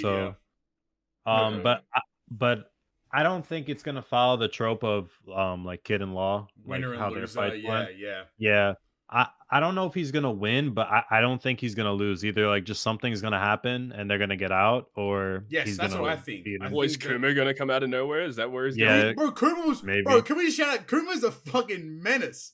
He was fucking face to face with the Kaido. He was like, "Yeah, what's up, man?" He's a demon. Absolutely. Well, he lost half his face and he lost a leg. It looks like. And he's still running. He's still fucking. Still cooking. He's still getting out. He's running. He's doing something. I don't think Luffy takes an L. I don't think it's gonna be a fight. I think it's gonna be the opportunity to just like try to just get out of there somehow, some way, you know, and then just like get out of Egghead. I don't know. I will actually be kind of pissed if Kuma does arrive and ends up like blipping the Straw Hats away again. That would actually piss me off. But it wouldn't also be the whole idea of like fate and like things happening for, you know, they got blipped away 2 years ago because they were like there, and then Kuma, you know, like I think like it would make sense story wise, but I do see where you're coming from in terms of like fuck that. Yeah. No. Yeah, I don't think Luffy's going to lose personally, just because I don't think we still have seen like the big thing that's going to shock the world at Egghead yet. So I feel like him being actually remember the giant the cause of that. The giant did open it. The robot. The robot woke up, so that might help. Oh yeah. That's probably what's going to occur then. Like probably the robot steps in and just like, and then it's been charged by the eternal flame, and you know that some sort of, I don't know. Sounds like a typical Luffy fight. Getting help. Getting help. Plot armor and that. The drums of liberation are so broken. Yep. Man. It's good to be a One Piece fan right now. Yeah, One Piece fans are eating. Good. They just Treasure Cruise put out another tweet. The Japanese side, new icon for Twitter. The 6+ Luffy. Great. It's so Twitter much worse. profile picture. Yeah, amazing. The global Twitter put that as well. Oh, how cute! Damn, good. My end goal is to get more impressions than the Treasure Cruise Twitter account. That's my end goal on Twitter now. I'm about to start ratioing all their tweets. Hold this ratio. That's it. That's almost a 3-hour episode. We've really been in the trenches today. But from the bottom of my heart and from everyone here, we have appreciated all of you guys for supporting us for 100 eps, 4 years of the podcast. It's been an absolute blast. You guys still listen to us, and it's a very rewarding thing. It just to preface this, there's no money involved in this shit, man. We do this from genuinely from the fact that we really adore this community that we've fostered, and we adore, for better or worse, we adore Treasure Cruise. And, you know, we just love, you know, we have such a good vibe. There's such good chemistry between us now, where it's just like, it's so easy to just ramble on and on and on. And, you know, we really love this. We really, really do. And, you know, like, thank you. That's it. Plain and simple. Thank you. Okay. Any final words from the lads before we get into the generic end of episode spiel? 100 more to go. Oh, Jesus Christ. All right, there you go. Thank you, everyone, as always. Yeah, no, we appreciate the support. I know that a lot of people listen to us, and, you know, sometimes people really look forward to it. So for some reason. Yeah, 4 dudes just rambling about nonsense the whole time. Like, you know, it's a very rewarding and very sweet thing to, you know, to always come back to every fortnight. But with that being said, we hope to do more. If you've enjoyed today's episode, make sure you go down there, hit the like button, hit the subscribe button, hit the join button, you know, to support us financially, and comment whether you're Team Core, Team Claw, or Team Lid. That's what we want to know in the comment section for this episode. As usual, while you're down there, you can head into the description. That is the Linktree link, linktr.ee/perfect. You can find all of our social media platforms. We are on Twitter, at GGP Podcast. We're on anchor.fm/perfect, and all the other audio platforms. The main ones being Spotify, Apple Podcasts, and Google Podcasts as well. Keep scrolling in that description. You can find all of our socials: Flame, Night, Toad, and my Turd. That was a bit weird. Todd and myself. I was like, Turd. I was gonna say Toadskii, then I just stopped. I was like, okay, that's a bit weird. Turd, Todd, and myself. But with that being said, I've been Captain Papi, Flame Knight, and Todd. Thank you guys for listening to another episode. We'll talk to you guys next time. Peace. Goodbye. Bye-bye. Bye.